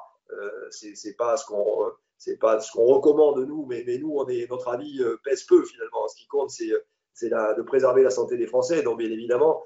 Donc si c'est ça l'option qui est retenue par les pouvoirs publics, on verra. Il peut y avoir la place dans ce cas-là, un certain ajustement de relations TGV intra-régionales pour les très grandes régions ou interrégionales sur 2 régions limitrophes, si ces 2 régions étaient déconfinées. Bon voilà, là, ce sont des scénarios qu'on n'a pas encore travaillés. On les travaillera si besoin en était en fonction des décisions prises par les pouvoirs publics sur la manière de déconfiner de manière régionale. Voilà, donc à suivre. Sur les travaux, alors certes, vous avez raison, comme il y a moins de trains, on pourrait faire davantage de travaux, mais le problème, c'est que les règles de confinement s'appliquent aussi aux entreprises de travaux. Voilà, donc malheureusement, c'est pas simple non plus d'engager des travaux. Je l'évoquais dans une de mes réponses précédentes, on a connu un arrêt des entreprises de BTP, je ne sais plus quand c'était exactement, il y a quelques semaines. Les entreprises de BTP, les grosses entreprises, hein, les gros majors français ont arrêté les travaux pour des problèmes sanitaires parce qu'ils n'arrivaient pas à sécuriser leurs salariés. D'ailleurs, dans ces salariés, il y a une part non négligeable qui ne sont pas français, qui sont repartis dans leur pays d'origine, et ça va prendre du temps à les faire revenir, d'autant plus que se déplacer en Europe n'est pas simple non plus. Donc voilà, donc certes, on a de la place pour faire des travaux, mais on n'a plus les entreprises pour le faire, j'allais dire. Donc on n'a pas donc pu accroître, on n'a pas pu accroître notre capacité à faire des travaux. On en fait quelques-uns, hein, on n'a pas arrêté de faire des travaux, mais on les fait de manière ajustée. Et ces travaux, il faut les faire, bien sûr, on est tous d'accord avec vous qu'il faut les faire pour que le réseau fonctionne. Voilà, donc on va faire des travaux. On aura un peu de place aussi parce qu'on a vu que le plan de transport ne sera pas repris à 100% tout de suite. Donc on aura peut-être mois de mai, mai-juin peut-être, où on aura des trains, mais pas à 100%. Et donc le phénomène que vous indiquiez sera encore vrai. On aura une capacité en matière de créneaux horaires pour faire des travaux de jour, plus que des travaux de nuit. Donc ça, c'est intéressant. Mais on a devant nous une nouvelle planification à faire qui tienne compte des trains qui roulent, qui tienne compte de la capacité des entreprises à s'engager pour faire des travaux. C'est un travail sur lequel nous travaillons, et je vous le redis, on le travaille avec les régions parce que les régions elles-mêmes peuvent souhaiter prioriser certains travaux par rapport à d'autres, et il faut aussi qu'on assume les conséquences des travaux sur les plans de transport. Donc ce travail d'ajustement des travaux est en cours de construction, il sera largement partagé avec les régions, donc y compris les régions du Sud que vous semblez représenter. Merci. Je vous propose qu'on groupe un peu les questions qui nous restent parce qu'il y a encore beaucoup de questions et un temps limité. Donc, je vais donner la parole à Monsieur Gontard et ensuite je la donnerai à Mme Bullien. Monsieur Gontard. Oui, merci Monsieur le Président Farandou. Il y a déjà vous avez apporté déjà beaucoup de réponses, notamment sur le lien avec les régions et les autorités organisatrices. Peut-être juste une précision, puisqu'il y a des autorités organisatrices ou régions qui ont mis en place la gratuité pour les personnels soignants notamment. Quel du coup lien et comment vous vous positionnez par rapport à ça?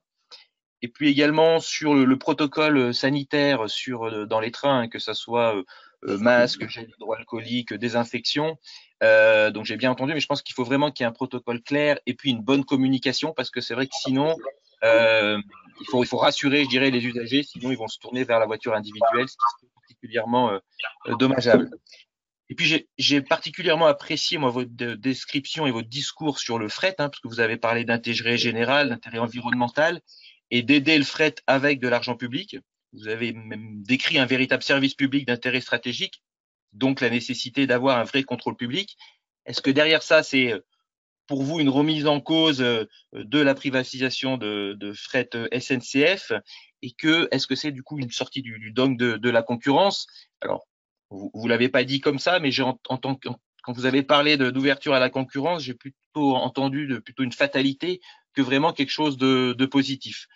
Donc peut-être vous expliquer là-dessus. Et puis, moi, sur la question du plan Marshall, très bien, mais je me demande s'il n'y a pas de nécessité, justement pour le jour d'après, d'ouvrir des états généraux du fret ferroviaire et de mettre les différents acteurs autour de la table. Voilà, merci beaucoup. Merci, M. Gontard. Mme Vullien. Et là, Mme Vullien. Oui, si. Allez-y, bonjour à vous tous.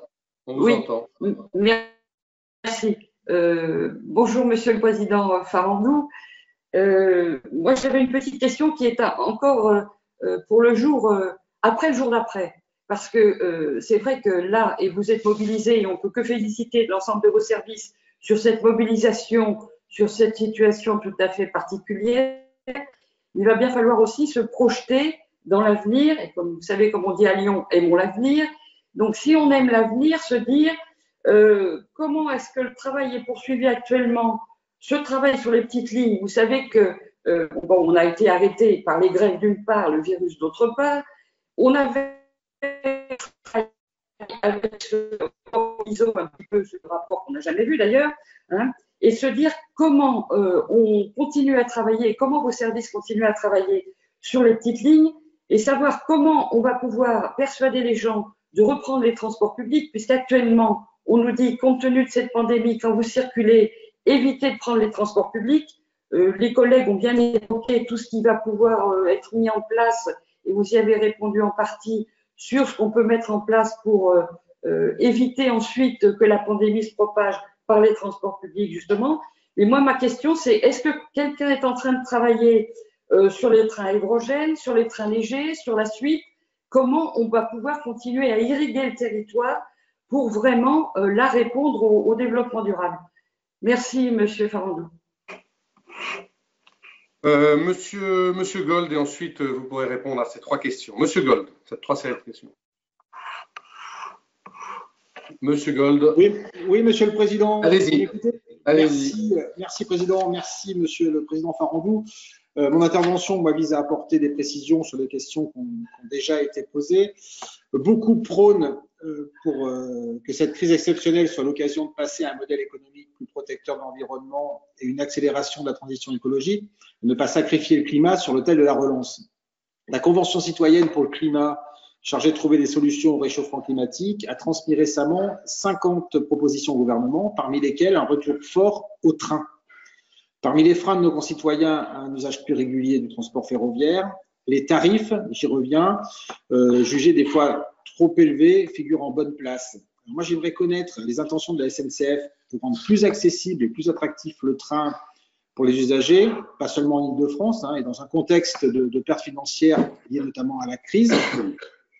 Et puis, deuxième question, des travaux de rénovation et de modernisation des voies étaient planifiés sur certaines lignes qui accusent un retard important. Je pense notamment au train d'équilibre du territoire, et plus particulièrement à la ligne Paris-Clermont. Et là, j'aimerais savoir quelles seront les conséquences de la crise en termes de calendrier et de priorisation des travaux. Pour être plus clair, y a-t-il aujourd'hui une remise en cause potentielle des engagements initiaux sur ces lignes d'équilibre des territoires? Je vous remercie. Merci, Monsieur le Président Farandou. Donc, je vous propose de répondre aux questions de Monsieur Gontard, Mme Vullien et Monsieur Gold. Très bien. Oui, il y a un sujet central qui est repris par plusieurs sénateurs, et je peux vous dire qu'il nous préoccupe à nous aussi, c'est de démontrer le caractère sanitaire du train. Je pense que c'est évident. On voit ce qui se passe dans d'autres pays. Bon, la Chine, on n'est pas la Chine, la culture est peut-être différente, mais on sait qu'en Chine, les gens se sont précipités dans les voitures et ont abandonné, en tout cas, sont beaucoup moins présents dans les transports collectifs. C'est un enjeu stratégique majeur. Si à la sortie de crise, le grand gagnant de la crise, c'est la voiture individuelle, je pense qu'on aura loupé quelque chose. Enfin, en tout cas, on ne peut pas être satisfait si, en plus, je suis en train de parler à la commission d'aménagement du territoire et du développement durable, on ne peut pas être satisfait de cette sortie-là. Donc, j'allais dire, le fardeau de la preuve, il est chez nous, on l'a bien compris. C'est à nous de démontrer par des processus nouveaux, par des choses nouvelles, fortes, que prendre le train n'est pas un danger pour sa santé personnelle. C'est très, très important qu'on fasse beaucoup de choses en matière de nettoyage, en matière de protection, en matière de gel. C'est central et c'est fondamental. et je peux vous dire qu'on va mettre le paquet là-dessus parce que c'est vital pour nous quelque part. Si on veut conserver une utilité forte dans le pays, il faut absolument qu'on soit au rendez-vous de ce challenge de la situation sanitaire. Donc c'est un enjeu majeur et vous êtes plusieurs à l'avoir souligné. Sur le fret, peut-être je donnerai la parole à Frédéric qui reviendra sur le sujet du fret et du plan Marshall fret. Je vais répondre à la concurrence. C'est la concurrence, moi je suis très factuel. Voilà. En tant que président d'entreprise publique, je suis citoyen comme les autres, mais je suis là pour appliquer les règles que la République se donne. Donc la République a souhaité que la concurrence arrive dans notre pays. Très bien, voilà, dont acte. Alors par ailleurs, on sait d'où ça vient. On sait que ça vient du traité de Rome quand même. Hein. Le traité, c'est pas nouveau. Quoi, hein, on ne doit pas être surpris. On sait très bien que que ce principe d'une concurrence, dès lors qu'elle est régulée, dès lors qu'on fait attention aux enjeux sociaux qui vont avec et qu'elle ne se traduit pas par un dumping social abusif, et même pas du tout, même, hein, voilà, qu'elle se fait pas au détriment du bien-être social des salariés, on sait que c'est un fondement important de la construction européenne. Donc il n'y a pas de surprise, c'est un calendrier qui s'est déroulé, je n'y reviens pas, mais voilà, le temps est venu maintenant de l'appliquer dans notre pays. Dès lors, les enjeux pour la SNCF, il y en a deux. Le premier, c'est que les activités de monopole de la SNCF, donc l'activité de gestionnaire de réseau et de gestionnaire des gares, se fassent en parfaite équité par rapport à la concurrence. Donc ça, c'est très très important. Et je suis responsable devant l'État et devant l'ART et devant le Parlement de la bonne application de ce principe. Et j'y veillerai scrupuleusement. Donc voilà, donc ça c'est le premier élément. Et le deuxième élément, c'est que dans la partie des opérateurs de la SNCF qui vont venir en concurrence, il faut qu'ils se battent sur le rapport qualité-prix. Comme toute entreprise qui est soumise à la concurrence, c'est le consommateur qui décide, c'est le client qui décide. Et le client, qu'il soit voyageur pour le TGV, qu'il soit chargeur pour le fret, ou qu'il soit autorité organisatrice pour les transports de la vie quotidienne en délégation de service public, il choisira le meilleur rapport qualité-prix. Donc, à nous d'améliorer notre qualité, à nous de tenir nos coûts et de tenir nos prix. Voilà, donc c'est la règle du jeu, nous l'acceptons. Voilà, donc on va la mettre en œuvre sans état d'âme, j'allais dire. Par ailleurs, la concurrence, c'est à la fois un choc, hein, il faut appeler les chats un chat, surtout quand vous la recevez pour la première fois. Moi, j'ai la chance de la connaître, puisque, vous le savez, certains d'entre vous le savent, j'étais président de Keolis pendant 7 ans, et là, la concurrence, c'était tous les jours. Donc, voilà, je sais ce que c'est. Il y a des bons jours, les jours où on gagne, il y en a des mauvais, les jours où on perd, et quand on perd, il faut se demander pourquoi on a perdu pour s'améliorer et espérer gagner la prochaine fois que le contrat reviendra sur le marché. Voilà, donc et on n'est pas les seuls. La plupart des entreprises dans notre pays sont soumises à la concurrence française, concurrence internationale. C'est le lot, finalement, des entreprises d'être soumises à la concurrence. Bon, pour la SNCF, ça sera un choc parce que c'est la première fois. Et quand c'est la première fois, forcément, votre courbe d'apprentissage, elle est juste au début. Vous n'avez pas encore appris à faire face à la concurrence. Donc, je ne dis pas que c'est simple, je ne dis pas que c'est facile, je ne dis pas que c'est donné et évident. Voilà, je dis les choses. Bon, ça, c'est le côté, le choc. Après, le côté opportunité, c'est une opportunité extraordinaire de se remettre en question, de se remettre en cause, d'être innovant, d'être clair sur nos points forts, parce que nous avons des points forts à la SNCF. On les démontre d'ailleurs dans cette crise. Hein. Je crois que c'est aussi une formidable occasion de démontrer les points forts de la SNCF. Ils sont nombreux. Voilà, à nous de savoir les jouer, à nous de savoir les faire fructifier et d'avancer devant la concurrence. Sur la question posée par Madame Julien sur le jour d'après, du jour d'après ou sur l'après, vous avez entièrement raison. Et sachez qu'une partie de mon temps, de mon cerveau et de moi et de mes équipes, c'est justement de regarder loin, de regarder à long terme. Et moi, je suis convaincu que quoi qu'il se passe, le ferroviaire est la solution. Et la solution en matière de mobilité, il n'y a pas plus écologique que le ferroviaire, hein, et pour longtemps.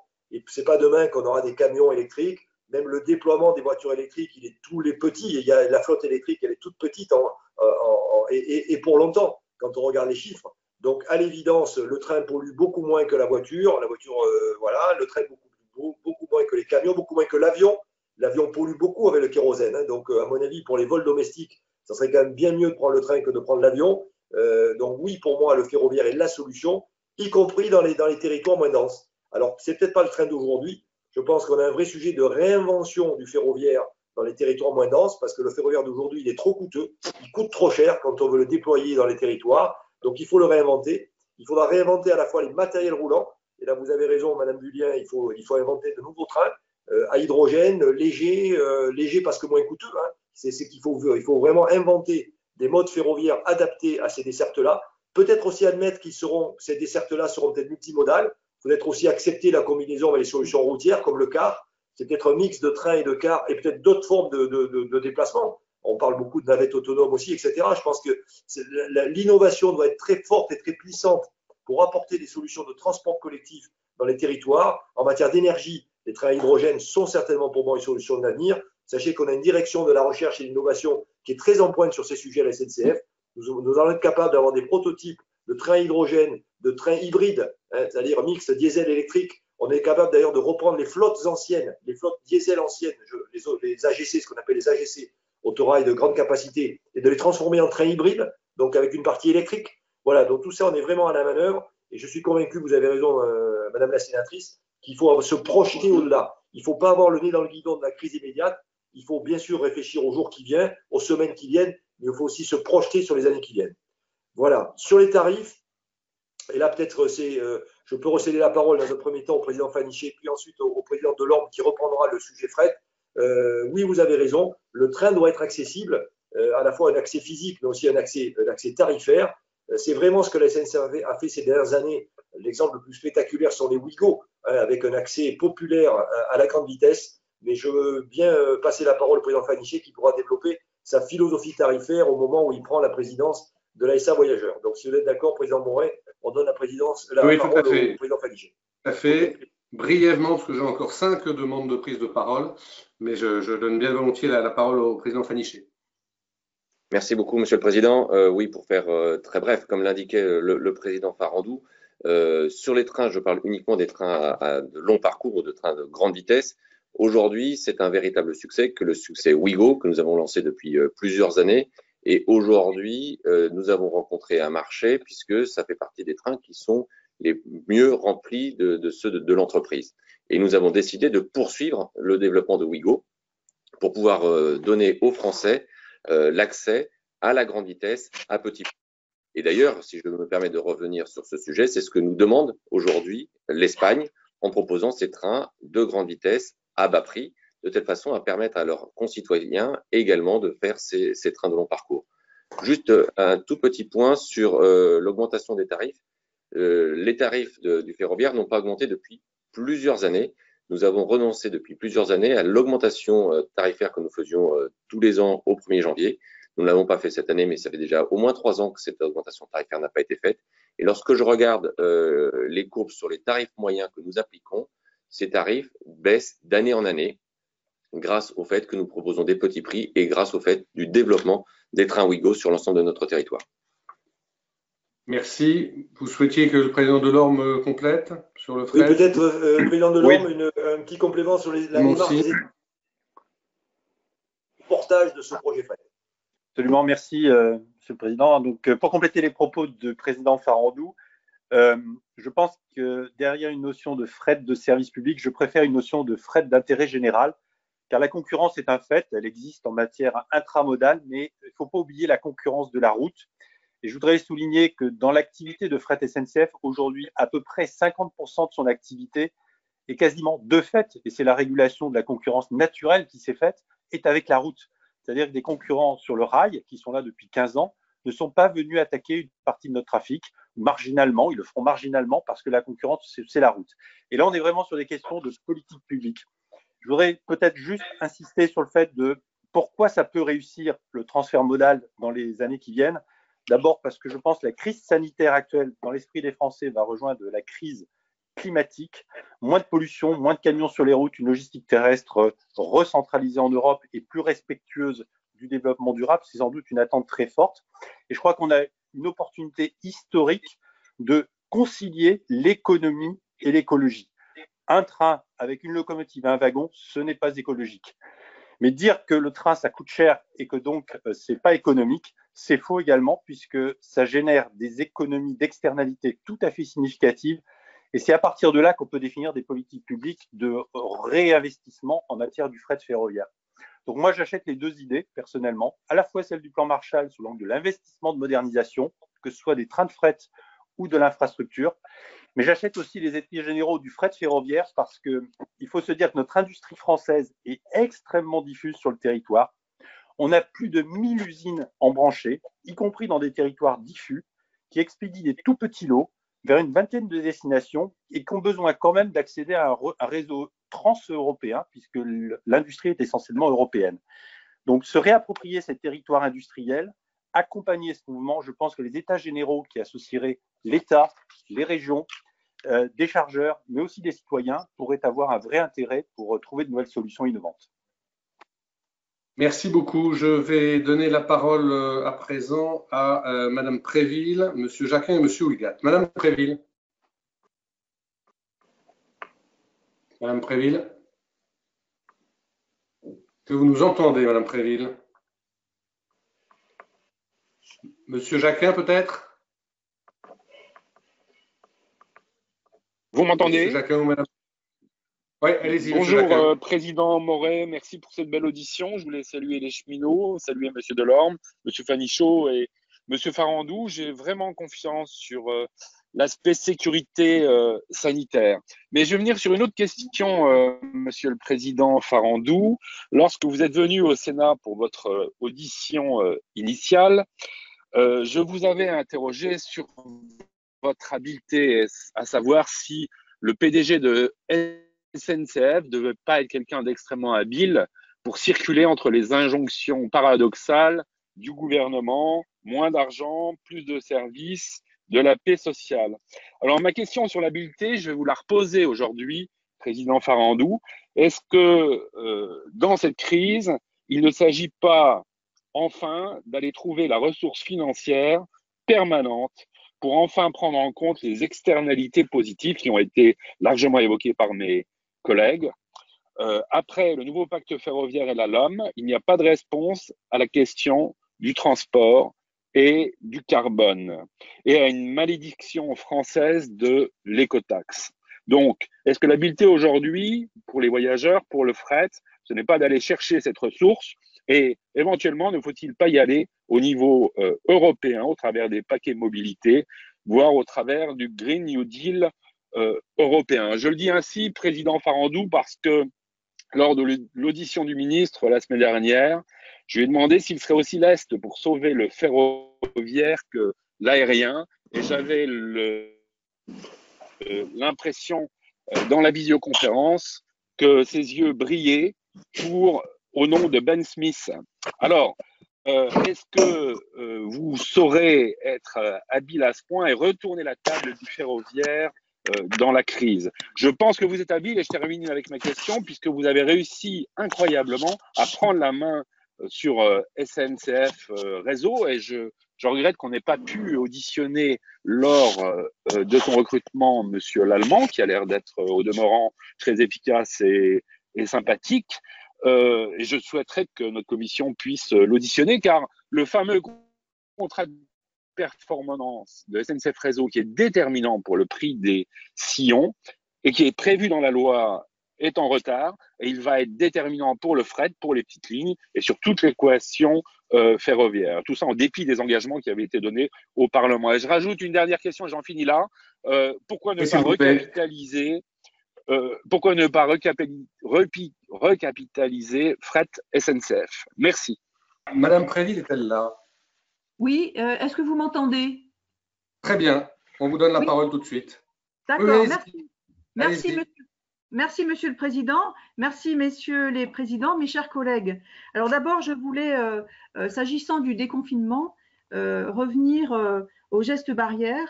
Pensez-vous à l'installation dans les gares ou bien dans les trains de distributeurs de gel? D'autre part, vous avez évoqué la nécessité, et là je pense que nous sommes tous d'accord, que tous les voyageurs aient des masques. Est-ce que vous pensez également à la distribution, comme je pense assez vu dans d'autres pays, de masques sur les quais avant de monter dans les trains? Bon, ça aura peut-être un coût, mais voilà, est-ce que vous l'envisagez? Ensuite, mes questions sont sur le fret.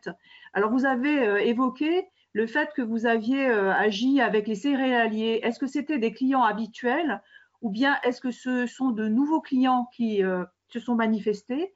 Et dans quelle mesure vous envisagez puisqu'on est tous d'accord que le fret a quelque chose de fret ferroviaire est vertueux, bien évidemment. Je pense qu'on est nombreux à être d'accord sur le sujet. Est-ce que vous envisagez, puisque vous avez dit tout à l'heure qu'il fallait inciter les entreprises à éventuellement envisager cette solution du fret ferroviaire, est-ce que vous avez déjà des pistes sur les entreprises qui vous auraient contacté? Et alors moi, je vous parle d'un territoire qui est, sur ce qui a été évoqué tout à l'heure, un territoire d'industrie qui est dans un territoire rural, un petit peu loin de tout, avec une grosse industrie agroalimentaire. Et donc, est-ce que vous envisagez, comment est-ce que vous voyez le devenir et l'après, finalement, pour développer beaucoup ce fret ferroviaire? Et comme vous avez envisagé également, vous aviez évoqué tout à l'heure, des difficultés sur le fret ferroviaire, est-ce qu'il s'agirait d'une recapitalisation et sur les aides que vous avez envisagées également, comment allez-vous vous inscrire s'il y avait dans l'après un grand plan de relance national? Est-ce que vous allez le mettre en avant, cette problématique du fret? Et dans la relance qui se fera au niveau européen, est-ce que vous allez vous inscrire dans le New Green Deal? Voilà pour mes questions. Je vous remercie. Merci, Monsieur Houllegatte. Est-ce que Monsieur Houllegatte est là? Oui, oui. Vous m'entendez? Très bien. Allez-y, Monsieur Houllegatte. Parfait. Merci pour cette audition de qualité, Monsieur le Président. Je voudrais à mon tour remercier la SNCF, l'ensemble des équipes pour sa mobilisation, son implication et sa réactivité. C'est souvent en face d'ailleurs à l'adversité qu'on se révèle. La SNCF est un groupe qui est à la fois présent à l'international, mais qui se déploie aussi à travers de multiples filiales. Donc, j'ai trois questions qui sont liées. La première, est-ce que cette crise va modifier votre stratégie à l'international? Vous avez déjà répondu notamment sur l'Espagne, mais est-ce que ça va modifier globalement votre stratégie? Et est-ce que vous avez des inquiétudes ou des vigilances particulières sur certaines de vos filiales? Je pense notamment à Eurostar. Je pense peut-être aussi à Keolis, que vous connaissez très très bien, à Geodis aussi à travers sa filiale américaine OHL. Et enfin, est-ce que vous envisageriez à terme de la cession d'actifs pour reconstituer entre guillemets du capital? Merci. Je vais donner peut-être la parole aux deux derniers sénateurs qui l'ont demandé, comme ça on aura une réponse groupée. Madame Ramon. Oui, bonjour, Président. Je voulais poser une question sur les travaux et en particulier sur la reprogrammation des travaux de développement. Monsieur Farandou l'a un petit peu évoqué, mais il ne nous en a pas dit grand-chose. Voilà, c'est tout, je m'arrêterai là. Bien. Et pour terminer, je vais donner la parole à Madame Tocqueville. Oui, mais bonjour, Président, vous m'entendez? Très bien. Bon, merci messieurs pour toutes ces explications. Moi aussi, je veux me joindre aux remerciements exprimés par mes collègues pour l'ensemble du travail qui a été fait par la SNCF pour assurer un service malgré tout de qualité. Alors moi, je voudrais poser deux questions sur les sujets antérieurs à la crise, mais qui, je pense, vont revenir dans l'actualité et qui sont plutôt des questions sociales. Concernant les négociations futures du cadre social concernant la branche ferroviaire et spécifiquement le cadre contractuel, comment envisagez-vous donc d'aborder ces négociations? Et j'ai aussi une question concernant ces négociations, donc après leur échec. La loi permet à l'État de légiférer par ordonnance, donc quelle est votre position sur ce point? Et puis une inquiétude de l'usager de la ligne Paris-Le Havre et que mes collègues vont bien comprendre pour ceux qui l'utilisent. Vous avez parlé de grands projets qui vont devoir reprogrammer et retarder. Qu'en sera-t-il de la ligne LNPN? Je vous remercie. Merci beaucoup, Mme Tocqueville. Monsieur le Président Farandou, Messieurs les Présidents, je vous laisse la parole pour répondre à cette dernière série de questions. Très bien, donc il y a pas mal de sujets qui se recoupent, donc ça permettra effectivement d'apporter une réponse groupée aux questions posées par les sénatrices et les sénateurs. Donc, sur la partie clarification du besoin d'argent public, c'est une vraie bonne question. C'est une question centrale pour le ferroviaire. Le ferroviaire a la caractéristique de consommer beaucoup d'argent en matière de capitaux. C'est un réseau ferroviaire, du pays qui appartient à la nation. Il faut le maintenir, il faut le développer. On connaît tous le problème que nous avons relevé, c'est que pendant des décennies, le réseau ferroviaire classique n'a pas reçu la quantité de maintenance suffisante et donc il est dégradé. Il a vieilli, il est dégradé. L'âge moyen du réseau classique est très bas. Il est autour de 35 ans quand le réseau ferroviaire allemand est autour de 17 ans. Voilà, donc on sait pourquoi. On sait parce que l'effort a été surtout porté sur le TGV. Bon, c'est comme ça. C'est d'ailleurs ça aussi qui a provoqué la dette globale du système. Mais voilà, on connaît l'histoire. Bon, maintenant, donc côté réseau, c'est tout à fait clair. L'ambition de rénovation du réseau passera par la quantité d'argent qu'on peut y apporter. Voilà, c'est tout à fait clair. Ce qu'il faut aussi avoir les idées claires, c'est qu'il y a deux notions qu'il faut distinguer. Les deux demandent de l'argent. Il y a ce qu'on appelle dans notre vocabulaire la régénération. C'est en gros le remplacement des rails vieux par des rails. Donc le réseau, il est le même après, si ce n'est qu'il est neuf, donc il tombe en panne, mais on ne l'a pas modernisé. On n'a pas changé son équipement technologique. On a juste les composants qui étaient vieux, on les remplace par des composants neufs. Ça, c'est ce qu'on appelle la régénération. Quand on parle d'âge moyen, on parle de ça. C'est ça dont on parle. Donc, remplacement des rails, remplacement des caténaires, remplacement des postes d'aiguillage, remplacement de l'alimentation électrique. Ça, ce sont les composants du réseau. Là-dessus, il faut amener de l'argent. Il y a un deuxième niveau, et c'est là d'ailleurs qu'on retrouve la problématique du réseau structurant et des petites lignes. Hein. Voilà. Quel est le périmètre de l'effort de régénération? Est-ce que c'est tout le réseau, y compris les petites lignes, ou est-ce que c'est que le réseau principal qui est porté par le réseau et les petites lignes? Dans ce cas-là, qu'est-ce qu'on fait? Est-ce que ce sont les régions qui doivent les prendre en charge, etc., etc.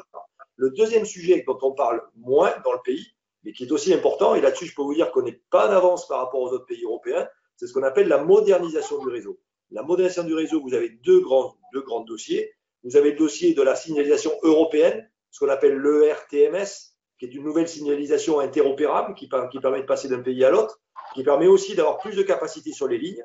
Et là-dessus, on est très en retard par rapport aux autres pays européens. Et là encore, il faut de l'argent pour équiper le réseau français de RTMS. Puis vous avez une autre forme de modernisation, c'est ce qu'on appelle les commandes centralisées du réseau, c'est-à-dire des immenses postes d'aiguillage à grand rayon d'action qui permettent d'être plus efficaces au plan financier, parce que vous avez beaucoup de, sinon vous enlevez beaucoup de petits postes perdus dans la nature avec des aiguilles un peu partout, vous les concentrez dans des grands postes, vous gagnez en économie, vous gagnez aussi en efficacité, vous gagnez en fiabilité. Voilà, donc les besoins sont énormes. Et franchement, c'est un vrai sujet, alors pour le coup de politique générale, c'est quelle est la quantité d'argent que le pays veut mettre par rapport à quel projet de réseau ferroviaire. Voilà, ça c'est un projet qui est sur la table depuis longtemps. Voilà, et ça, là, le sénateur Jacquin a raison, c'est vraiment une question d'argent. Voilà, si on met, voilà, en fonction de l'argent que le pays va mettre, on aura un résultat plus ou moins différent. Ça, c'est un premier sujet.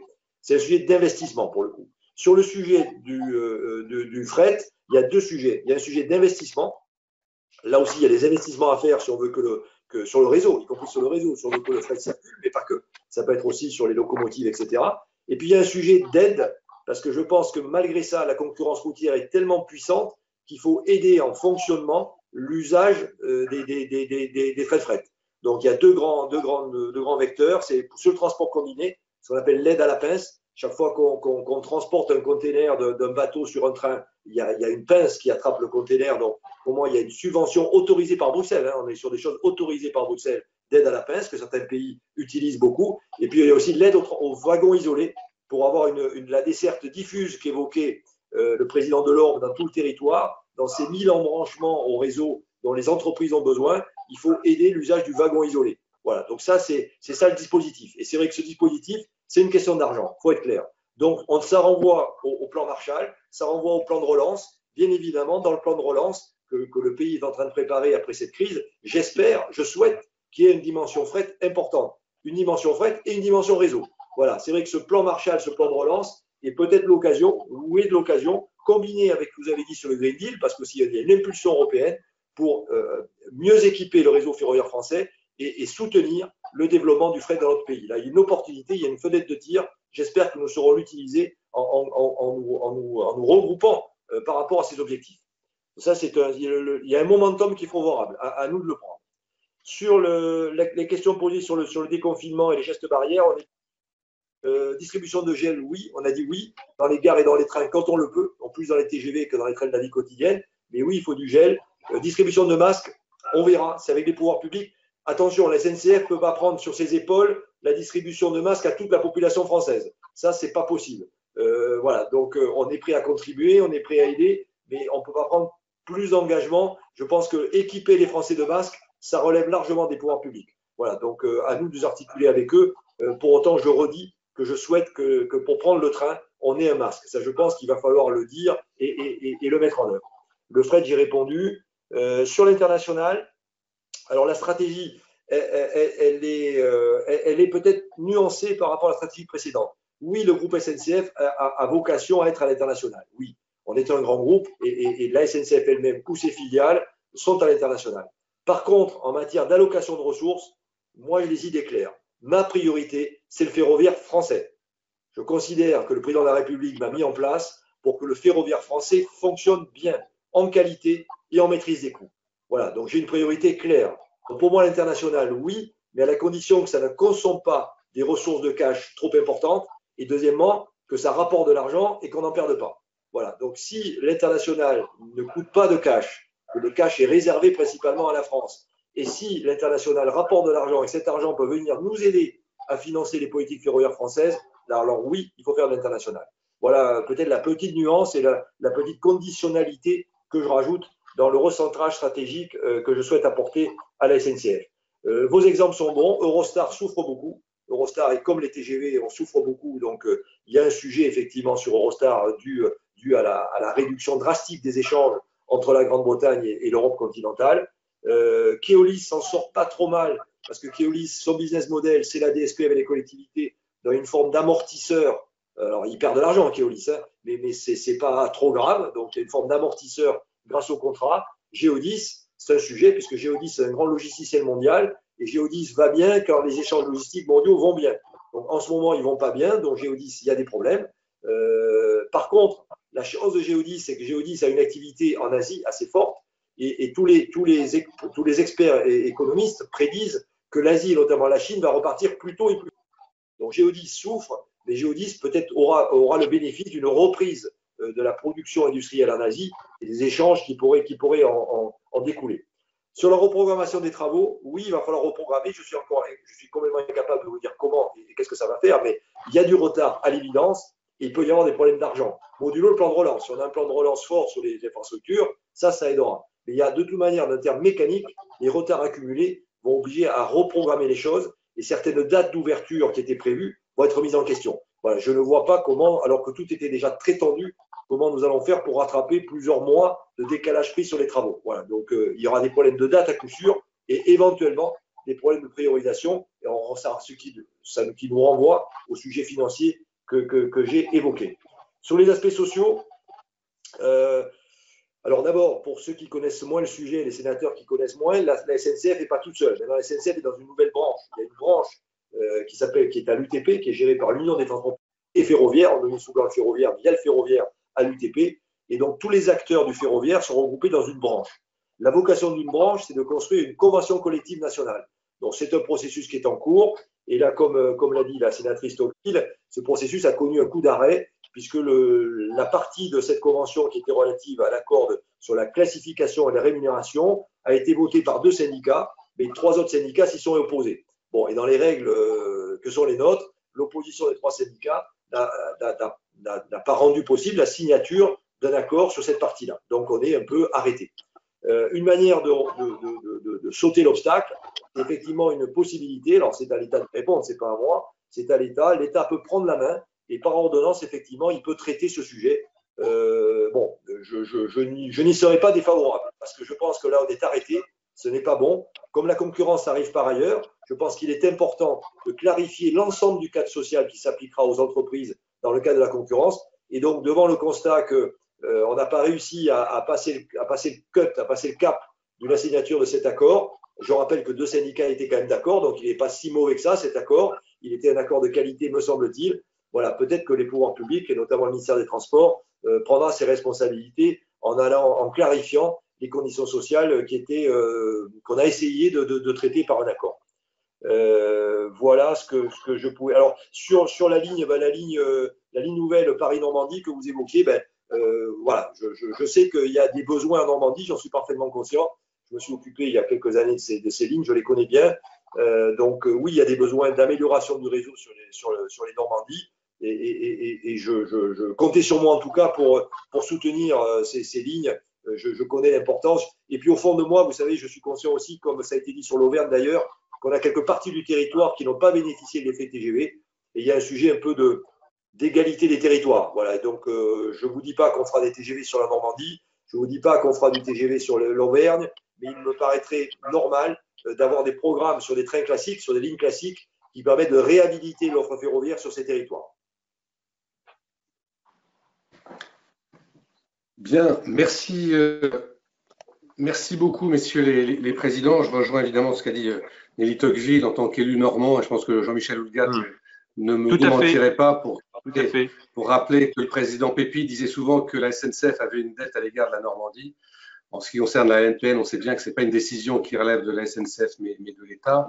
Et on sait bien aussi que malheureusement, cette infrastructure est remise assez loin dans le temps, mais il n'en demeure pas moins. Au contraire, justement, il est nécessaire de faire en sorte que les lignes qui existent en Normandie se voient leur situation s'améliorer. Voilà, je me suis permis, ce qui n'est pas dans mes habitudes, cette petite parenthèse normande pour rebondir sur votre propos final, Monsieur le Président.